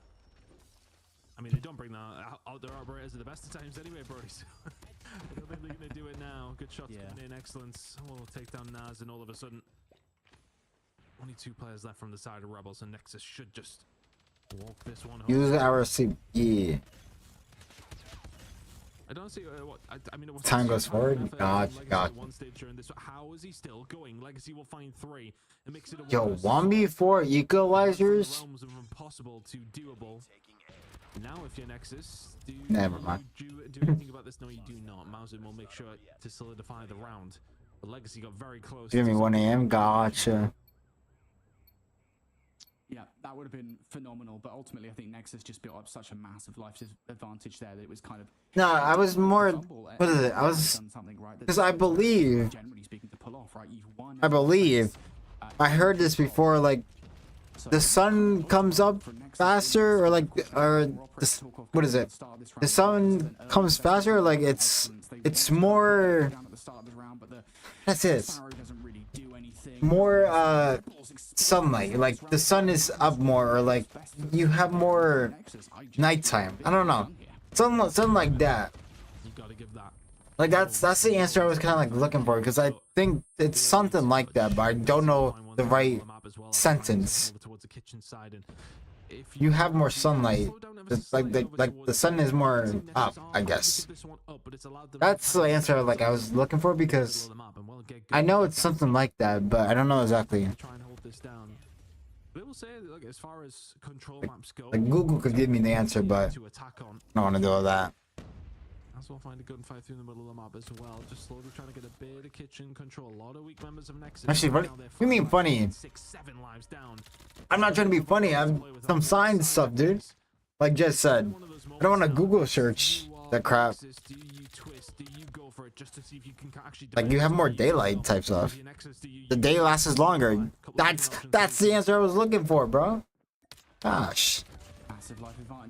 I just wanted to make sure, you know, because I didn't know. I didn't want to Google it when I have chat, you know what I'm saying? From winning this round, I think really the only difference now in this round for me is whether or not it's going to be a win condition of the no, I'm saying the ticks. Of course, we can't call it a foregone conclusion just yet, but it would be very difficult to imagine Nexus coming back into this round now. I just remember hearing it one day, and I just I have a bad memory, dog. Kind of whole conversation in on itself, and as these lives continue to go down, people don't understand it. So I tell them I have a bad memory. Okay, I get told these things and I just forget. Forget. You found 3 here. Oh, what? More than that. Hold on a second. Now you get tempted. Now you get very tempted. Because that's a 75. Let's go. Rebels do have time on their side. Mausen with some great shots. 8 versus 4. Needs to survive though, and that's the thing. You just cannot make any mistakes. You can't die at all in that scenario. 8 versus 3. 8 versus 2. Rebels will be able to get this round done outside of a monumental hold from Atham and Blade. Just getting picked apart. There's just nowhere to run. Rebels will get the round, not without a tiny scare there, Brody, but it's one of those moments where you've got too much time to then try and pick them apart.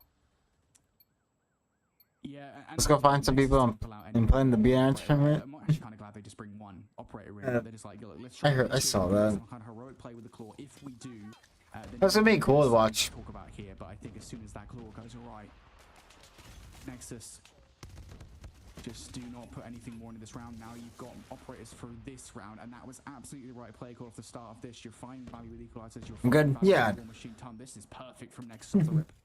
And that's what you wanted to do. You made sure you didn't invest too much into what was the lost round. You are now investing everything into something. I think about it. I could have, you know, been that lazy, not lazy person, but like I could have been that guy that just doesn't ask chat and just search on Google. I could have just done that, but like I was like, nah, I'm just tell chat my silly stuff, you know. You've had all this time. Get a hold of oh yeah, dude. I miss playing VR. But I'm back on my obviously phone, so Will you be playing BR? To think about how they want to play. This is a pretty early investment from Naz on the Annihilator, and actually going to get shut down by Mausin on the cross as well. So, because obviously too, it's a good time to play BR right now. Like this like ranked season, obviously.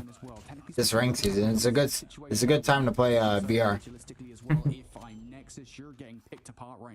Yeah. As like a streamer / content creator, it's not a good season to play rank, MP rank. Trying to spread themselves here across the map and force Nexus to spawn out as far as humanly possible.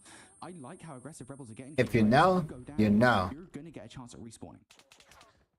Legacy choosing to bring in the operator. The equalizers are out, and yet he's going to look towards the spawn, especially when Naz finding a couple of kills. And now this is absolutely disastrous. Yeah, the time Road to legendary on what? Run down on the equalizers, doesn't find anything with it, but has found himself in a good position. Mausen does see him though, gets a little bit of backup from Zio, but the gunfight here is hard to win.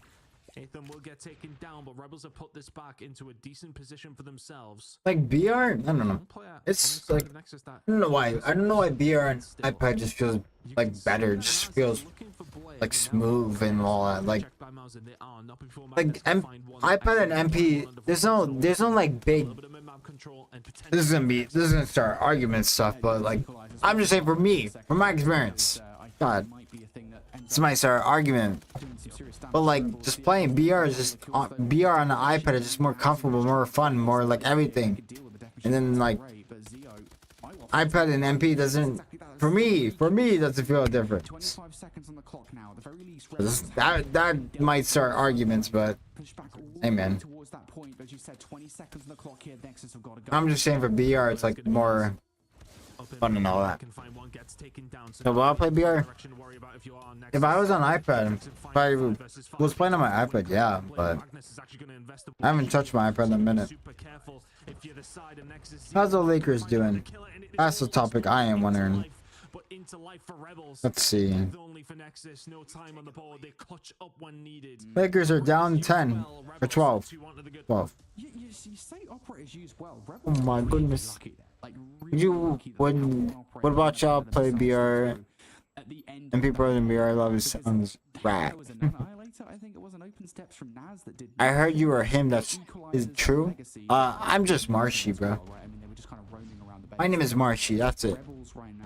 Just kind of fumbling at points, but they still win the round regardless. They are very lucky that they walk away victors of that round. Now they've just got to win one more offense and they are done here. That is an opening wave of gunfights as well that could not have gone better for Rebels. Nexus push all the way back towards the spawn, and this is a very fast beat stack coming. Did he turn around? That was a good turnaround, just to check. He didn't know. Be careful of players coming through the lab. Nobody is watching it. Look at 3 on the map. Dicey just able to run straight through, but does get dealt with. And now for Nexus here, I think you might be lost out on B. I'm just Marshy, and always Marshy, dude. I'm nothing else but Marshy. I go by Marshy. Fights going down the middle of the map. They're working out in Rebels' favor as well. 23-20. The thing is for Nexus, I feel like their operator is going to be coming up a little earlier. They already have 3 to play with, 2 on the side of Rebels, and you'd imagine there's going to be. I'm nothing else but Marshy, dude. Real. Did you just sink your teammate? Trying to find a gunfight on the Mausen, can't quite find it, but Naz can. Annihilator is out over towards the basketball court. Was he even flash? I want to go back to that. Look at the life count. 1916. Okay, we're going back to that. I want to see if that guy got flashed, or he just like he literally just shot his teammate. If he was flashed, okay, makes sense. But let's see what happens. Gotta wait. Getting picked off slowly but surely. Dicey needs to play his life now and wait for a little bit of help from Mousy and Nexus. Still trying to hold on here on the defense. And again, they've got one player pushed all the way up towards A. It's a slow capture coming through from Legacy, but they get shut down. Big wins inside bedroom though for Rebels. Again, this is kind of a victory you take. You're starting to win gunfights around the flank here in Zio. Now pushing forward with death. Nice Sparrow. That's huge for excellence. To find that now with the Sparrow. Makes it 12 versus 8, so doable for the side of Nexus. Mausen can find another. And now for Rebels, it's probably a case of slowing down. You've got 1 minute and 14 to go. A lot's been invested. Magnus is going to call out his war machine, gets nothing. Nexus is op dumping. Wait, they're op. Yo. They're op dumping, and you guys have 1 minute. You don't even have to push that. Chill, they're op dumping. That war machine, calculated. Takes probably like 30 seconds or a minute. Like 20. I'm gonna say 20 seconds. Opening engagements, that is a solid 20 seconds. Just wait. Basketball and elbow. There's the latter gone. Basketball needs to go huge. Legacy can't find Okay, anything. they're just getting outgunned now. All the So crucial gunfights here across the map. This stinks of round 5. It's looking that way. nice. I was about to say as well, Legacy does have the equalizers to use. Legacies. Fights. I don't think you. No, you shouldn't. No. Isn't gonna He lose that. pops. Let's see. Zeo. Oh, Legacy he's pulled the equalizers out to try and win it. And I'm not too sure about that one, Chief. 4 versus 2. If he finds that kill, would have been. Dude, I'd rather you pop that equalizer in that 1v4, dude, than what you just did there, bro.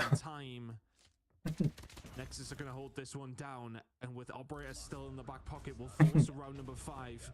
Those are some of the most questionable equalizers I've seen called in from. Because, dude, they're not basketball, bro. You jump hit that corner and run the bar. We gotta do some movement though. So Use those equalizers here, right? Especially because Nexus now have 2 operators. I mean, yeah, sure, use them early, but just don't use them in a 4 versus 7 when you don't have the kills. Well, let's see. Now you're facing down 2 operators on the other side. This has to be a solid start from Rebels with those opening gunfights. For the most part, it is. But flanking player gets shut down. That's a Predator missile investment from Mauser. Honestly, I kind of respect. You now have information as to where these players are. The comm is made. Is the kill? Yes, it is. Nexus, this is a phenomenal start in this round 5 defense, and you're getting more operators on the board as well. And now you can start pushing forward. You found those kills in the middle of the map. yeah, Starting to fight. but I'm saying if he were to use it, The back foot now. he could have, I think if I'm Rebels, like, I'm just that situation was just dumb. as I can, yeah. Find some gunfights. But I'm saying I'd rather use it. I'd rather him use that in that 1v4 that he had earlier than that. But yeah, he should have saved it, obviously. The fights were going their way. Mausen just seems to be a constant thorn, doesn't he? He's been doing really well. 33 kills to his name. Here comes the Sparrow here, preemptively from Nexus. And that feels like what the difference has been. Bringing it out at good moments. Excellent. We'll only find 1 with it though. Lexi is able to find that kill back, but right now it's a touch over towards B from the side of Rebels that will continue to extend this round. He fell for that and he survived. Honestly, I would say What? need to focus on capturing those points. Naz finds a couple of kills, and that's a good start. But even at this point in time, they are split. You look at 2 players trying to make their way to open steps. Dicey's going to deal with both of them, and it leaves just a couple of players isolated towards B. It's not really fast enough for a solid hit, but now I think as that kill comes through from Legacy, That's pretty fire. I like it. Really fast, aggressive hit from Rebels. That's going to be gone. An extra 60 seconds on the board here. So they've been thrown a lifeline. Nexus no better than to challenge that. A 4 life differential here, Tunt. Nexus will be. You could probably pop any here. Confident, as a matter of fact, that they're setting themselves up for the spawn trap. The thing is, though, I don't know. I was about to say Rebels operators are going to be coming online very shortly, and just like that, 2 little lights popped up in the top left corner, but they found absolutely nothing with it so far. Magnus will have the War Machine. The claw is already out from the side of Vortex to try and find something, but Mausen has got a War Machine in your spawn, and that's bad news. Oh, this might now be a 13 versus 7. Are you being just dealt with in the worst possible way? Mauser has brought this in. This has been a difference of operators, and Nexus are the ones doing the job. That's right. 2-1 down. You brought this one back. We got our first map 4 of the entire night incoming. Blair will finish it off. Nexus just better with their operators. Yeah, I mean, that is the key differentiating factor. We'll see it in the replay package here in just a second, folks. But I mean, the operators from Rebels, I can only describe as at multiple points in that game, very poor. Just straight up, like there were just multiple points where we saw individual plays that just were questionable at best. It's so many questions of like, why are you using your operator at this point in time? Like, sometimes the theory is there, the execution is just very far from being correct. And I think you pointed out, right, where it's just like Nexus, yeah, sometimes the actual moments they bring the operators out are questionable, but like they'll always find some value in it. But for whatever reason, Rebels could just very rarely find any value. I think there was 1 death machine in the middle of the game. This is actually a hit from Zeo where he finds 3 kills and provides enough space, and that play I think might have actually won that round for Rebels. But really, outside of that, I mean, equalizers, you cannot waste them at the extent that Legacy was doing in that game. Annihilator, you can't waste it the amount of times we were seeing Naz do it in that game as well. And again, like, you know it as well, like players will go back and they'll watch this VOD and they will understand that operators is where they lost that game. So Rebels, I think, deservedly losing that round 5. However, just to take this time while we're on the stat boards to give a shout out to Malzin, who that's crazy. Kills, by the way, is doing that with a It's time to return to the iPad just for for BR. Doing a lot of very solid work to the side of Nexus. Yeah, I think I kind of lean in with what you were saying. Legacy may well have had a decent game of 34 and 32, but a couple of different occasions. I'm thinking especially that one where they went like a 3 versus 10 and he pulls out the equalizers. So to be fair, it was I want to say it was like a 4 versus 7, right? So it's not like an egregious call, but like if you're gonna do it, no, I'm fairly certain it was only like a 4 versus 7 or something like that. Like it was an obtainable situation. It was just like the execution was very poor. Like, oh my god, I'm just situation, something. Equalizers just cannot happen. Now I'll say, you know, we always go back to this, right? At the end of the day, it's not like ton of just like actually do any better, right? Like it's really, we would go into these games and we would get slammed. Now mainline COD, very different story, right? You get me in a Hassie and a Hardpoint on mainline in Black Ops 6, you'd get smoked. But oh god, COD Mobile probably not happening. But still, I mean, we can sit here and we can say kind of what went wrong there for Rebels. It was pretty obvious. Nexus, though, signs of life, mate. They seem to be alive in this series. We can say what we want, though. That's what we're employed to do, right? We get paid for it, yes. You know, the criticism has to be there. There was definitely been some shoddy plays made by both these two teams, but it is Rebels, the one who are in the lead. But we are going to be coming up for map number 4 here, Brody. And how long you think Camo will last in the comp scene? Already, Hacienda coming out. Okay, right. Who knows? I mean, it was pretty Who knows, close. man? Nexus could definitely force the map number 5 here. How are we feeling about that? Because it's more. I mean, listen. It's more of Activision or whatever, whoever's not pushing or like making champs, whatever, like making tournaments, making champs, whatever. Because there will always be teams. There will always be teams. Will there be always pro teams, pro players? I don't know. But I don't know. Had they not fumbled the end of map number 1? So hey, look, Nexus, you've got something in this series to talk about. I think coming into this Hacienda Hardpoint, fundamentally, I don't think anything was particularly wrong there. I don't know. From that ending, right? Apart from that, it's always a question for. It's that type of question is always a question for every single like comp game, kind of. So I'm not expecting like anything too particularly. But I don't know. If they have good viewership, I guess it's not a question. But I don't know, man. It's a weird topic. I don't know. That you need to get your rotation. Not a topic that I'm. What is it? Don't rotate correctly because it really does fling you from one side of the map to the other for every single rotation. Weird topic. I'm not smart enough to talk about because I'm dumb. Let's see if they are going to rotate properly on Hacienda. We should be loading in just a second. P2 is the real money maker, but yeah, Rebels will be. I want to say they'll be nervous, yeah, because they were 2-1 up in that control. It felt like they were in control of the round in particular, that they did actually lose to send it to the round number 5 and then lost the round number 5 pretty convincingly. So let's see how it is going to go down when we jump into this Hacienda. But yeah, it's been a strange all night of CoD Mobile. The results did go the way we expected in the first 2 games to a certain degree, but now here we are. We knew this would be a close one and has been. I'm still really not sure which way this one goes, Brody. It could go either way. Yeah, I mean, it could. At the end of the day, like, this is just so difficult to call. Again, especially considering how close map number 1 was. No way. Lakers are down by like how this one is going to go. 6, both of these teams are 6, 7. Matched. I mean, you know, Yo. Still playing COD for this year's champs. After this Masters event, I will see what happens, and whatever happens, maybe not. Who knows? You think about this question though? Yeah.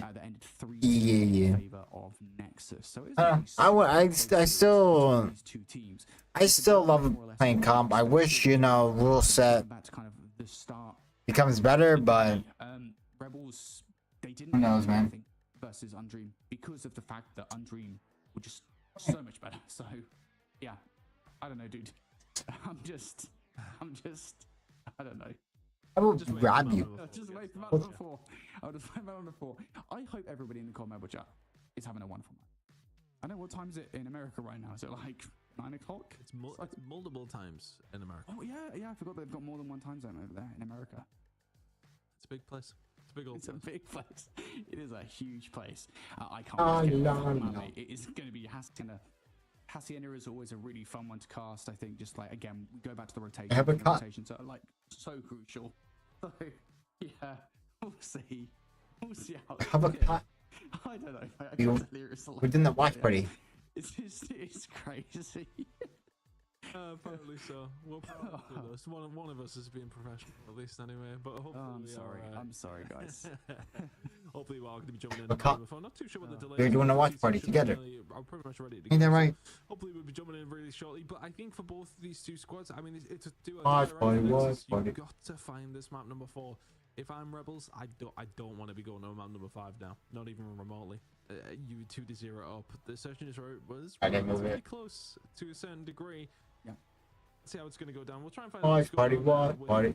loading into this next map, because we definitely should have been in by now, but hopefully the Yeah. teams are oh, okay, well No. I'm hearing what potentially could be the case. That's far. I think I've been told we are going to go to a break. Yeah, so some of the players are just getting ready to go into map number 4, but that is going to be coming up on the other side of this break. We'll see you soon.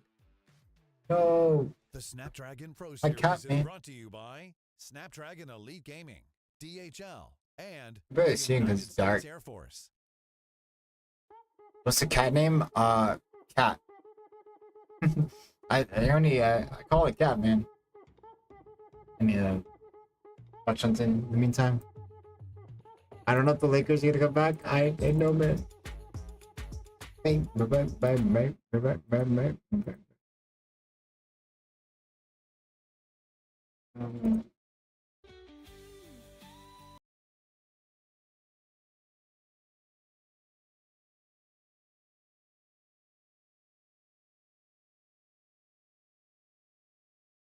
Oh yeah, bros.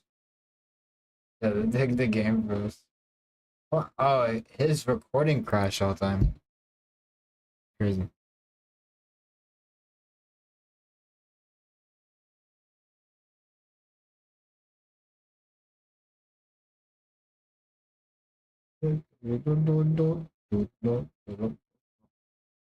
Okay, dude. We got OUG versus M2G.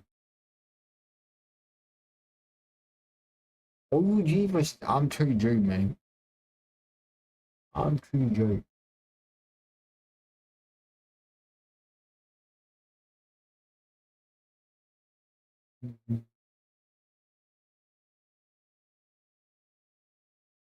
Get up. Show you. Show.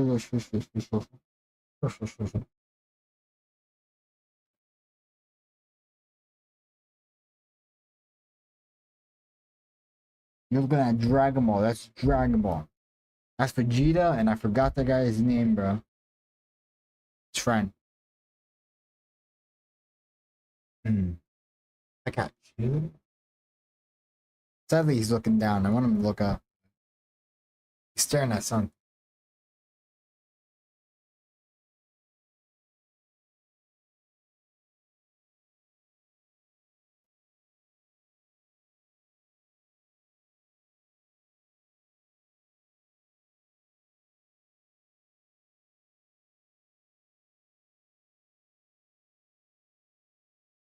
Two minutes, chat. 2 minutes. 2 minutes. Fine thing. 2 minutes.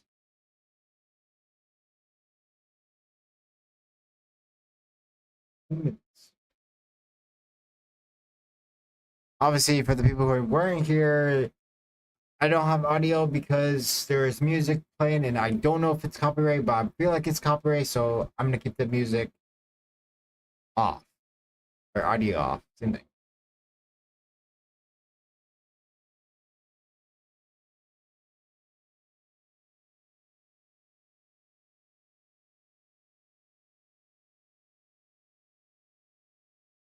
No, I don't want you to go.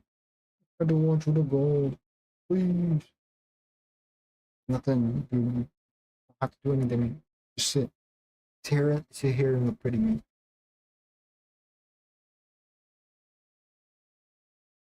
I just want you to sit here and look pretty, man. Please.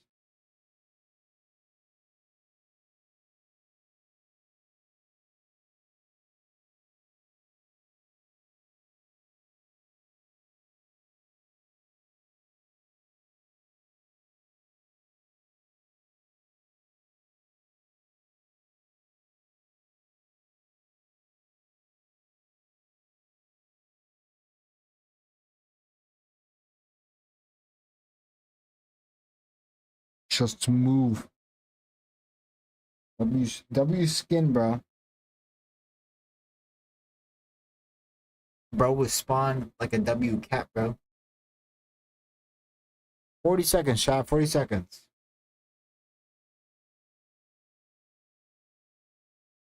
They gave my cat the right perks. The right perks, the right enchantments, the...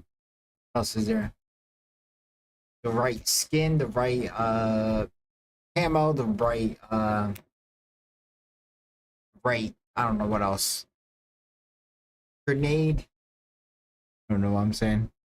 Right flashbang. On Chinese server now? No, this is MTG versus OUG. I'm waiting for the Snapdragon thing to come back. Who the?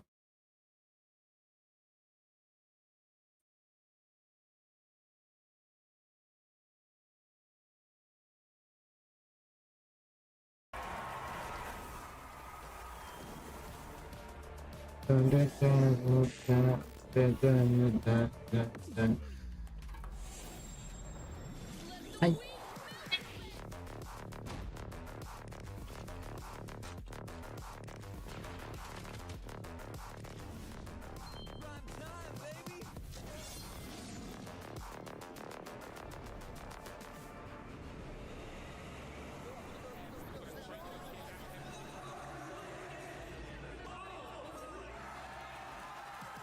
Lakers lost?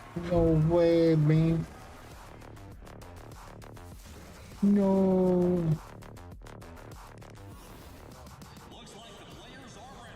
They lost by 10? Dogs.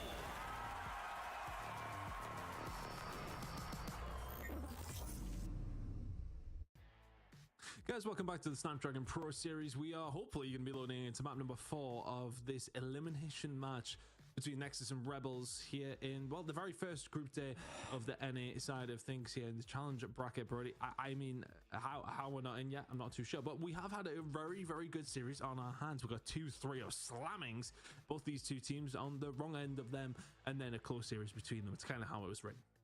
It's been a fun series so far, and I hope you guys are ready for yet another Yap session, because that's what I want to see the score box. Yeah, we're just waiting for map number 4 to get underway here. Again, it's going to be a Hassie and a Hardpoint, and this series has been a tumultuous Can you guys see my phone? so far for sure. Oh my God, I've never been so happy to see the Hassie on the loading screen in my life. I've seen it a lot. It's been a really weird series so far. A really close summit Hardpoint to kick off this best of 5 that really should have gone Nexus's way. What is it? And then of course that Tunisia search and destroy that went all the way. Luka had 34. LeBron had 22. But what is it? AR had 16. I don't know. Be careful, because this camera angle shows my phone, man. Ron, wait, he injured? And he was really going to be the one to put down the pedal to the metal, I suppose, when it really well, I want to go back to my regular camera angle. It has been all the way through. Mausen's been a huge difference maker. I wonder what he could do with an actual AR, but so far the sniper and pistol seems to be working wonderfully. Nexus in control of P1. I just don't think. I mean, like, I've seen it a few times, right? Like, I don't think this is normal play, right? Bye-bye, cat. Respawns using the sniper rifle. I don't even know what to say, mate. Regardless, Nexus hit off the rip. I'm gonna win the bye-bye, cat. Bye-bye, cat. Lose track of P1 times. Something we often talk about, right? Very, very easily. So, Nexus. Just getting a lot of time. Brian got injured. So want to be careful about the fact of losing a lot of P1 time. They will finally get the kills for the back 5 to 10 seconds here. Now starting to knock at the door of the rotation as well. One player has kind of snuck behind enemy lines. That's player number 4 in Magnus, but they get, or Naz, excuse me, they get dealt with, and that's a gunfight that you really didn't want to lose if you're Rebels. Oh, you don't want to lose those either. Excellent's doing a fantastic job.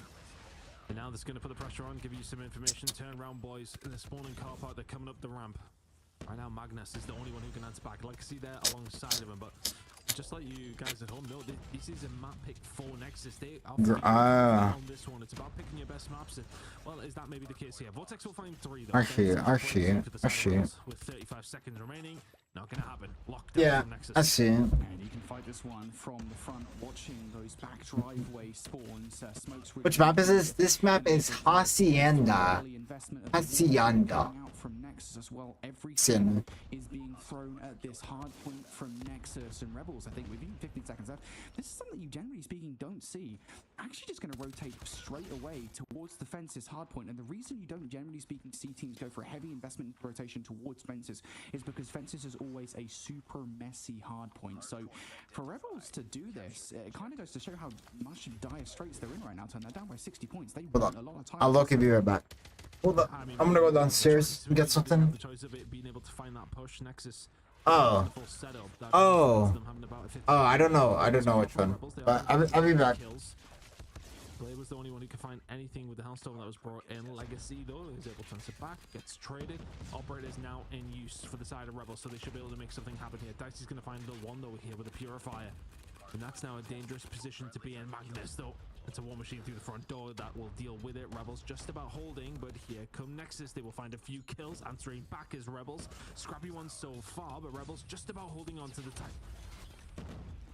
Rebels are actually getting a lot more time here than I kind of gave them credit for a ton. It really does feel like they've been able to keep Nexus at bay, and Nexus trying to find their way through, but it feels just a little bit too individual. How about that for a hardpoint hold towards Fence's side? Nexus walk away with about 5 to 10 seconds, and that's really about it. Rebels walk away with a chunk of time that, generally speaking, you don't see teams get on Fences, so they'll be very happy with that. Surely they don't walk away with a look at the rotation as well. Surely this does not happen. AFIM is keeping an eye on that cut, and well, they most certainly won't. So Nexus, now the first team in towards new. We see the equalizers coming out from AFIM. This has to be a good investment. Oh, he's going to have to find 3 players in front of him in a second. Let's see how much can he find. He can find nothing. Naz will beam him. Blaze the only one who can answer back with something. Close still up and running. We'll find a second before falling. So big investment coming in from Nexus here. But, well, not a great deal. Kind of got a bit of a 50-50 split here. Legacy doing some really good work, waiting for the rest of the team to come, doing better to find the third. Play will find 2V's own, back and forth, looking like Rebels are just about on the right side of these trades, and yes, they are. War machine out now from Mousing. Just find something. Yeah, okay, you want to win the gunfights? Yeah, no problem. I've got a grenade launcher. There is 3. Where's the riposte from the side of Rebels, though? Have you got anything to bring back in? Doesn't look like it. Nexus in control. Nexus, not for long though. Rebels come through for 4 gunfights. Now make that 5 in a row. They win those trades for the back 10 seconds or so. So Nexus could have probably got a lot more time at the back of that hard point, but in the end they are not able to do so. Now Rebels starting to fight back a bit. I was a little bit concerned after the second hard point in this game time that Nexus were going to start to run away with it, and we were looking straight down the barrel of a game 5, but that has not happened. Rebels have got back into the conversation. Really, I want to say, like, over the last 60 to 90 seconds or so, they've actually outslayed Nexus by a fair amount as well. Everybody's starting to step up. They're back, and they're back. They're back into this game. Of P1, but for how long? Rebels, again, they are winning these fights. They want to get back into this game. Should be able to get some decent time there. Got the P2 spawns for the moment. A little bit of a rogue one there. The side of Aetham, he will be dealt with pretty much immediately. Still some good time going Rebels' way. Mauser to find 2 though. XM4 has been out for Mauser a little bit more rather than just the sniper, but Nexus can pick up this final 15. It's not too bad of a job, because then you're going to be heading over towards P2. Big gunfight going on there. It's actually going to be won by Mauser again. So these rotational gunfights always seem to be going the way of Nexus. Rebels need to find a way in once again. Capture the objective. Nexus are going to be the first team to touch, but what on earth was that spawn? What did I just see? I swear I just saw Legacy spawn up right next to a player from Nexus on the new map. Now pushing through the front of the hardpoint though. Rebels, they want control. Vertex utilizing the claw to his best efforts, but going to get shut down there by Blade. So trades now starting to come through. Excellence with the immediate investment of the down. this hardpoint as well. Why are they playing so late? No, that's how it... No, they actually... That's normal, because it's online, so they do like... Online tournaments, they usually do it at 7. I'm pretty sure. 7, 8, you know? That's when they usually do it. I'm pretty sure. For online tournaments like this... He managed to kill himself with it though. Magnus has got his out. We haven't seen much value from Magnus's at all. Finds nothing. But ultimately, Rebels will be still in control of this point.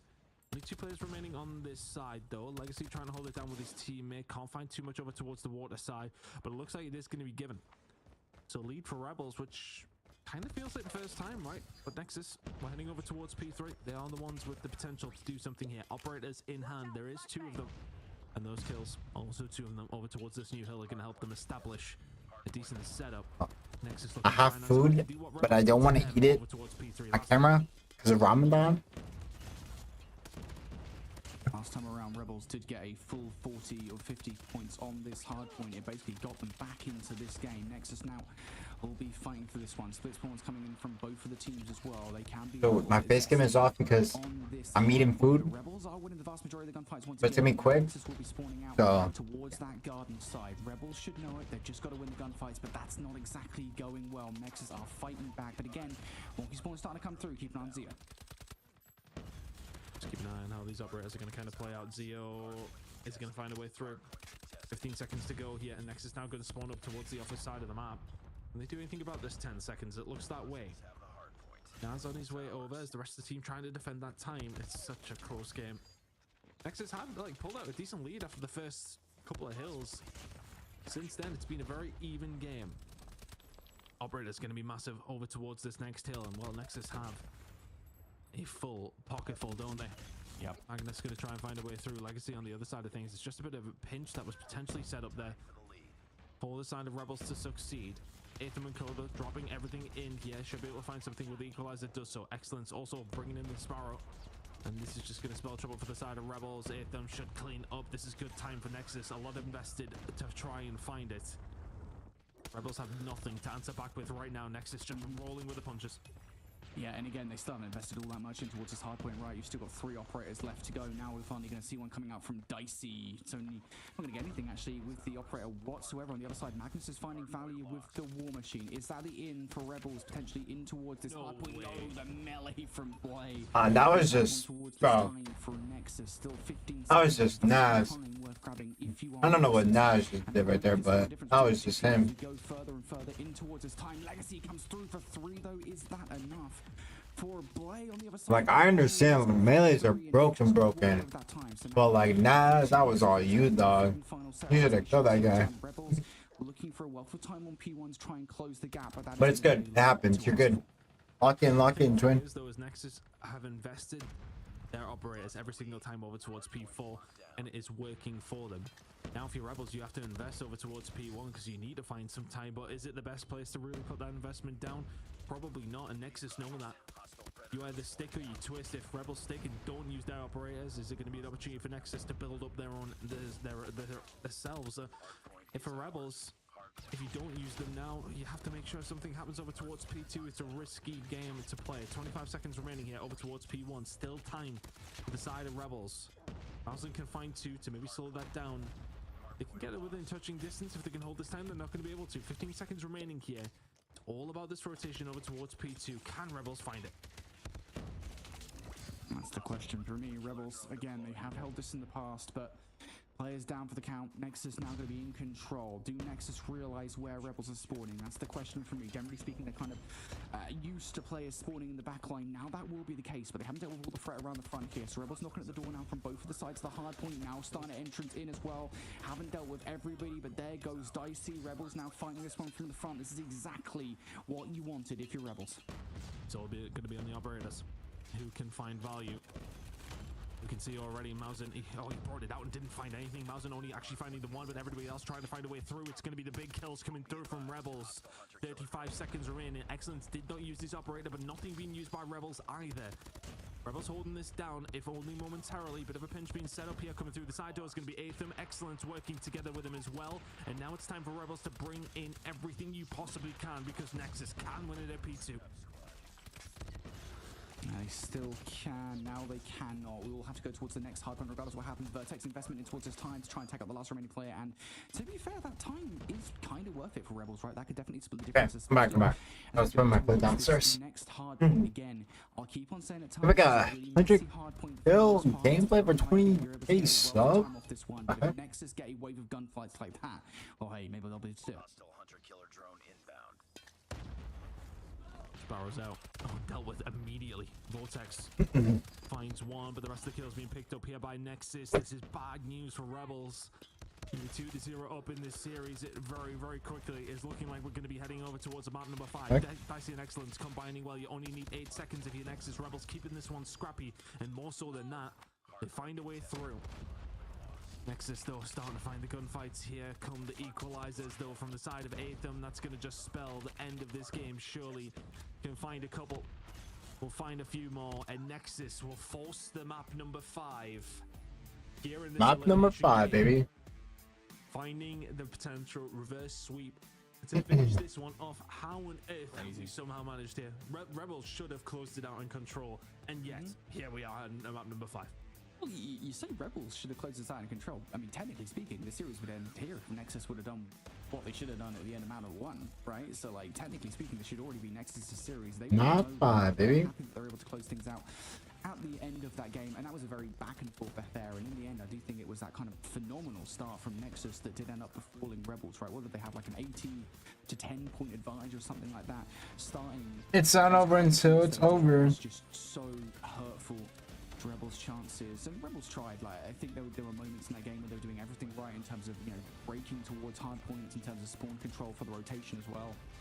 And It's not over until it's over. A couple of key rotations ends up winning Nexus the map. Mausen continues to be a solid pickup for Nexus. Again, a reminder, folks, that Mausen was not on the Nexus former second wave roster in open finals. Mausen just joined the lineup starting today. This is his first. Becca's in which team? I have no idea. I have no idea. Going off the leaks, if you look on Twitter, there's like leaks of him being in like CDM, a team called OUG. I think it's Kurahana as well. Actually, no, it's not. Oh, it's Standoff. This is something nice. Standoff? I'll put that in my... I believe so. I think it is going to be Stand. Nice. I think so. Am I talking rubbish here? Please don't talk rubbish. It's a standoff. Hey, you know what you're talking about for once. There we go. Yeah. Well, okay. It's surprising actually at this time in the morning for us that we are able to get the sense up. But I mean, look at this. It tells the story. 2 very close hard points, a close search and destroy, a close control. Both these 2 teams quite evenly matched, and it's kind of what we did predict though. We were coming into this, Brody, and sort of saying to ourselves, yeah, okay, we could see this go in the distance. It's 2 teams that have, I mean, both of them candidly lost their first games very convincingly, and now you go into it, it's the elimination match, and we have a search and destroy to decide it. Yep, and this will be the first reverse sweep of this season as well. I don't think we got a single one. Yes, you are correct. Single map 5 in open finals, right? So this would be our first map 5 of season 6, our first potential reverse sweep of season 6 as well. It's been a phenomenal series so far, and yeah, I think you kind of hit the nail on the head there by saying that, like, ultimately, I think coming into this series, we didn't really know what to expect. I think we especially didn't really know what to expect on the Rebels side of things, considering the fact that, again, they kind of got demolished by Undream, so it's like we hadn't really seen Rebels Fucking twist. And for next convincingly 3-0'd by Zitlalix. So both interesting scenarios to be in, but now they're in the most interesting scenario of them all. A game 5, 1 search and destroy map to decide. Mine team, no. For SPS Masters, no. And who will have their journey end here, right now. 1 standoff search and destroy to decide it all. Hold on. Here we go. Search and destroy in the previous iteration was very close. Now this is the first one. Rabala's team plays on March 15. This was only Group A. Rabala's team is in Group B. Rabala's team is obviously called NA Follows. We're gonna watch party that. We're gonna watch party it. If I don't, that means I'm sick or something. But we have the permission to watch party it, which I want to. It's just, you know, if I'm sick, then we're, you know. But yes, they play on the March 15. I will be watch partying it. If you do want to watch it with me, yeah, just gotta wait, gotta be patient. What's your take on Gully dropping trunks in Truno? Man, it happens. I have no thoughts. It happens. I don't know. Okay, hold on.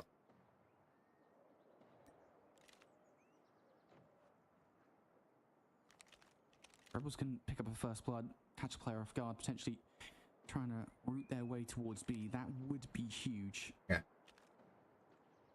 Zio will be the player to do it. Of course, Shikon, bit of an off-meta weapon. We've seen it a fair bit from Zio this series thus far. Ooh. Excellence is peeking it. Zio Take pops up, gets overwhelmed by 3 different players. There's no immediate trade. There certainly is an effort from Vertex. Going to have to back all the way up here.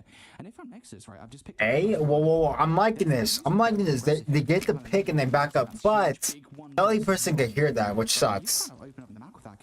On the same channel at the same time, yeah. I'm gonna be watch partying it on my channel. Should be probably the same time. Most likely on the same time. Information gained over the side Over of 7:30 p.m. Eastern. I think that's when this started, if I remember.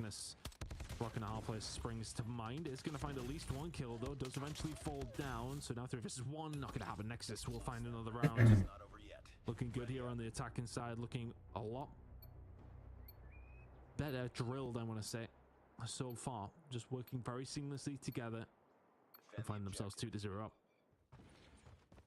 Yeah, Nexus, just completely overwhelmed Zio towards that back alley and played as a unit from there on out. Seeing a lot of good team play from Nexus here. They really want this reverse sweep to keep their hopes and dreams of doing something of note. Snapdragon Pro Series alive. And it's the same kind of setup once again. Look at them stacked inside bottom brown. Rebels have no chance here on the defense. And it is Zio once again being overwhelmed, by the way. Dicey, if he chooses to push this, might have a freebie. What's up, Raz? Watching that flank. So if Naz whiffs, Welcome back. Zio will be dead to rights. I had the permission to watch party, you know, some of these SPS. Not some. I have permission to watch all the SPS matches. But will I? Who knows? I do want to. I definitely want to watch NA. I definitely want to watch NA stuff. I wonder if they are just maybe relying on Mountain, but if you're Aetham and you push out here, you should be dead. Zio holding a nice little corner. I think 2 out of the ordinary. So that smoke was useless. There you go, big shots coming in, excellent. But I guess me. But Naz trying to hold this down, still waiting for a moment on Nexus. That just hasn't ended itself yet. Zio. Oh, Zio. Oh, buddy, we gotta have a talk about that one, pal. 4 versus 4 we go. We're gonna try to watch all the days, all the SPS master days. We have the permission to, you know. I just need them started and boom, you know. Beyond that, Legacy trades things out, so 2 versus 1, and he's gonna hit the site pretty fast. Ooh, timing. DC4MB Gorlois, yeah. I saw that. Left in a 1 versus 1 against Mausen. You've got the cover. Mausen's gonna have to go for the chow. Misses the sniper shot. Now all of a sudden it gets very, very scary if you're Mausen. Bring around the rose. Legacy. Well, chow Mausen will win it anyway. And Nexus will find another round. They just seem to have that aura about them in this map. 3-0. Oh, and also, bro, about that Luna too. It's like so interesting to me. Very different look, I think, on the whole from Nexus, especially considering you got to remember Lucas is using SMG. Excellence kind of just Lucas is using SMG. That's what's interesting about it. Like, that's not gonna happen. Odin is broken, but I get what he's doing. I believe 10x whatever. I think he's using the AR now. He used to be an SMG player, so he doesn't feel comfortable with the SMG, so he's gonna use AR. I think that's what they're doing. Which makes sense. Lucas is somebody who could use, you know, everything, you know? So it makes sense. Zio can find something back against Excellence. Next gun fights huge. Aetham will find the first. I respect that, you know? The second as well. Child around the corner. It's interesting. I'm not like, oh, this is the wrong move. It's not. It's Lucas. He does good with it. It's just interesting to see, you know, that. It's interesting. Bodied over there. And then you just couldn't retake because you don't have the numbers at that stage. Nexus 4-0 up on the side. It's not like, oh, this is a bad idea. Oh no, we're testing something, and it's Lucas. Lucas is good, you know. Honestly, Naz has been opening. He could do anything. Multiple times now, and it will be an issue. Aetham will find his second of the round. 4 versus 3 in favor of Nexus. Yeah, things just keep on falling in favor of Nexus here. Rebels don't really ever have a haste in the hole. Magnus at least trades things out, but again, the trades just keep on going in favor of Nexus. Be one positive I would say here for Rebels, right, in this 1 versus 3. Ooh, fake plan for 3v1. Be expecting him, but Mausen's just got to look, and I don't think Legacy is long for this world. Become in hand. Oh, Legacy. Then we're going to borrow time. We'll find one onto Aetham. Should be there for the timing. Oh my goodness me. Blair misses the shot. Mausen though is there again. Didn't look at his was too. Ooh. That operator, I had no idea. Operator, I had no idea. I don't look at operators like that. Not like, I mean, a lot of these rounds are I only saw him using SMG. Always been working out in Nexus's favor. It's been dominating rounds. It's been comfortable rounds. It's their final attacking round now, and can they make it 6-0? You see his speed. It'd be a flawless offense if they're able to get it done, and they've been picking apart Rebels at the seams every single round. I was going to say that the Rebels defense looks actually okay here for the first time in this game. You rather let him run than shoot his feet? I guess. But yeah, you saw like a gun arm, which obviously makes sense. But what's up, Lily? Your all caps is on, Lily. Shaking my head, man. Yeah, it's done. And they do have time. A whole minute of it. Try and make a decision on what they want to do. Is this GG? From the looks of it, yes. It's the player for Naz and Vortex.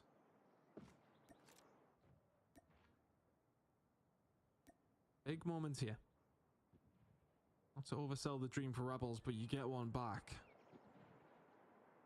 Well, at least you're a little bit better about these are not your own pro teams. These are comp teams. So that's fine. Oh, this Vortex just getting terrible timing. Yes, he has. He would have been dead anyway. Aetham finds it. I think this might be a full wrap over towards. I don't know why he's using it, but he's been using it all 3 maps. Here we go. Time to strike. If you're an ass. Oh, they checked the corner. How have they just checked the corner? That is a hell of a check. PDW is good. Yeah, PDW is good. PDW is the EU meta. I know EU loves EU loves PDW. Gets dealt with. Nexus over towards the defensive side. You're 6-0 up after your attack. It is all to do if you're Rebels. You need to find 6 rounds in a row. And First Blood's going to go over towards Aetham. He's been a constant thorn in their side. They were 2-0 up. They were 2-1 up in the control. And all of a sudden they are staring. Yeah, the XM4 skin is nice. And the gun is nice too. And it's balanced. It's a balanced AR. It's not even like a broken AR. The House of Cards is about to come collapsing down for Rebels in the closing moments. 1 versus 1. Again, Dicey's now had the call made to him. Hey man. When you see Zio, he's a cheat comp player, you know? He's not trolling. That's just his gun, bro. Reverse sweep. 2-0 down. They were 2-1 reverse sweep. As well. They spun that one on its head. Dominant in map number 4. And utter domination again in map number 5. They think Odin is nerf, of course. A lot of these guns and a lot of the guns in the meta right now needs a nerf or ban in comp. 2-0 up in the control. They arguably did fumble it, but I suppose you can go back to the first map as well, Brody. We kind of talked about it. Nexus could have definitely closed that one out as well. It's an awkward one to be in if you're Rebels, though. You had a lot more. Couldn't quite bring it to the table and decimated in map number 5. I mean, no one was going down without a fight there. That was a very, very impressive determination to live, really. I know, it's crazy. There because what teams? I thought heading into the control. UD, you obviously know UD. TLE, I'm pretty sure you do now. And then in the second, hold up, let me have my screen. Let me get the second group. Hold up. ESL. Wait, oh wait. Marking. And you also know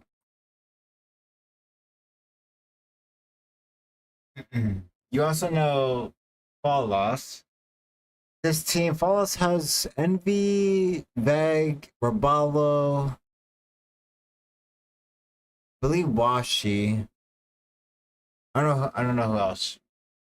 ARP, I don't know exactly. I mean, wait, isn't it Coldest, Cryzo, Chelsea?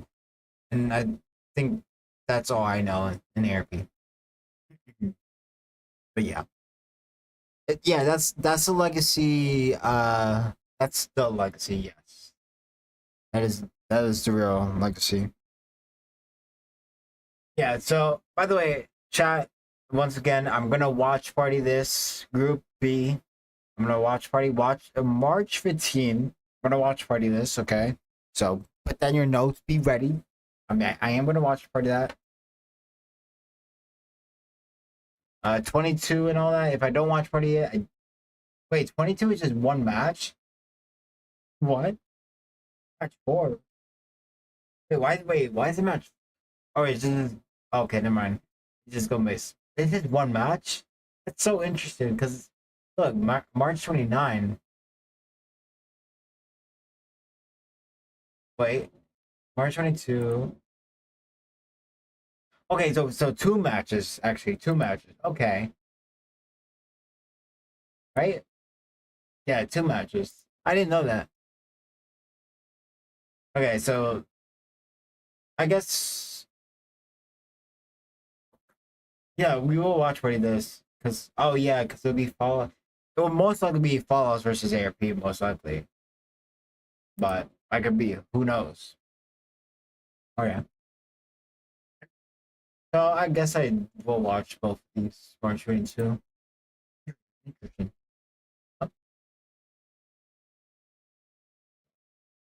Dragon Pro series. So if you guys haven't done so already and you want to keep updated, what were you nerfed about the Odin? I think that I'm not. I don't know. I don't know exactly what should be nerfed in guns. I just know what gun needs to be nerfed. Follow along, that way you won't miss a single second of anything that we've got going on. And if you want to hang out, is it done? Yes. It is done. So talk all things Call of Duty Mobile. Yeah. Talk about the other regions. We showed you which teams qualified through to their challenge seasons as well. I don't want to pause it on their face, but I don't want to pause it on their face because I don't want to get like a bad pause moment. But yeah, that'll be it of the SPS Masters watch party. But the next day we watch party it will be the 15th, I believe, the NA. And yeah, W watch party, W combo for letting me for giving me the permission to watch party this with you guys. That was big, so I'm gonna call it there. I believe nobody's streaming. So I don't know if I can rate somebody. Let me see.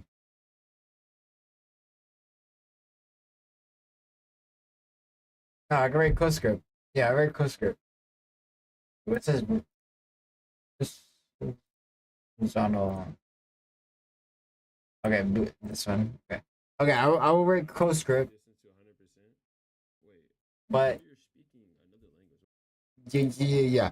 We will be back watch partying. Another watch party stream will be on the 15th. Obviously, I'm gonna stream one of these days. Obviously, maybe tomorrow. Who knows? Blah blah blah. Well, I become mobile now. It's 11 p.m. Yeah, thanks to the man. But yeah, I will see you guys. My watch party people, my watch party viewers. I will see you guys on the 15th. But my combo viewers, whatever, I will see you whenever I see you the next day or whatever, blah, blah, blah. So you guys have a great night. Make sure you guys eat, drink something, brush your teeth. And yeah, man. Good night.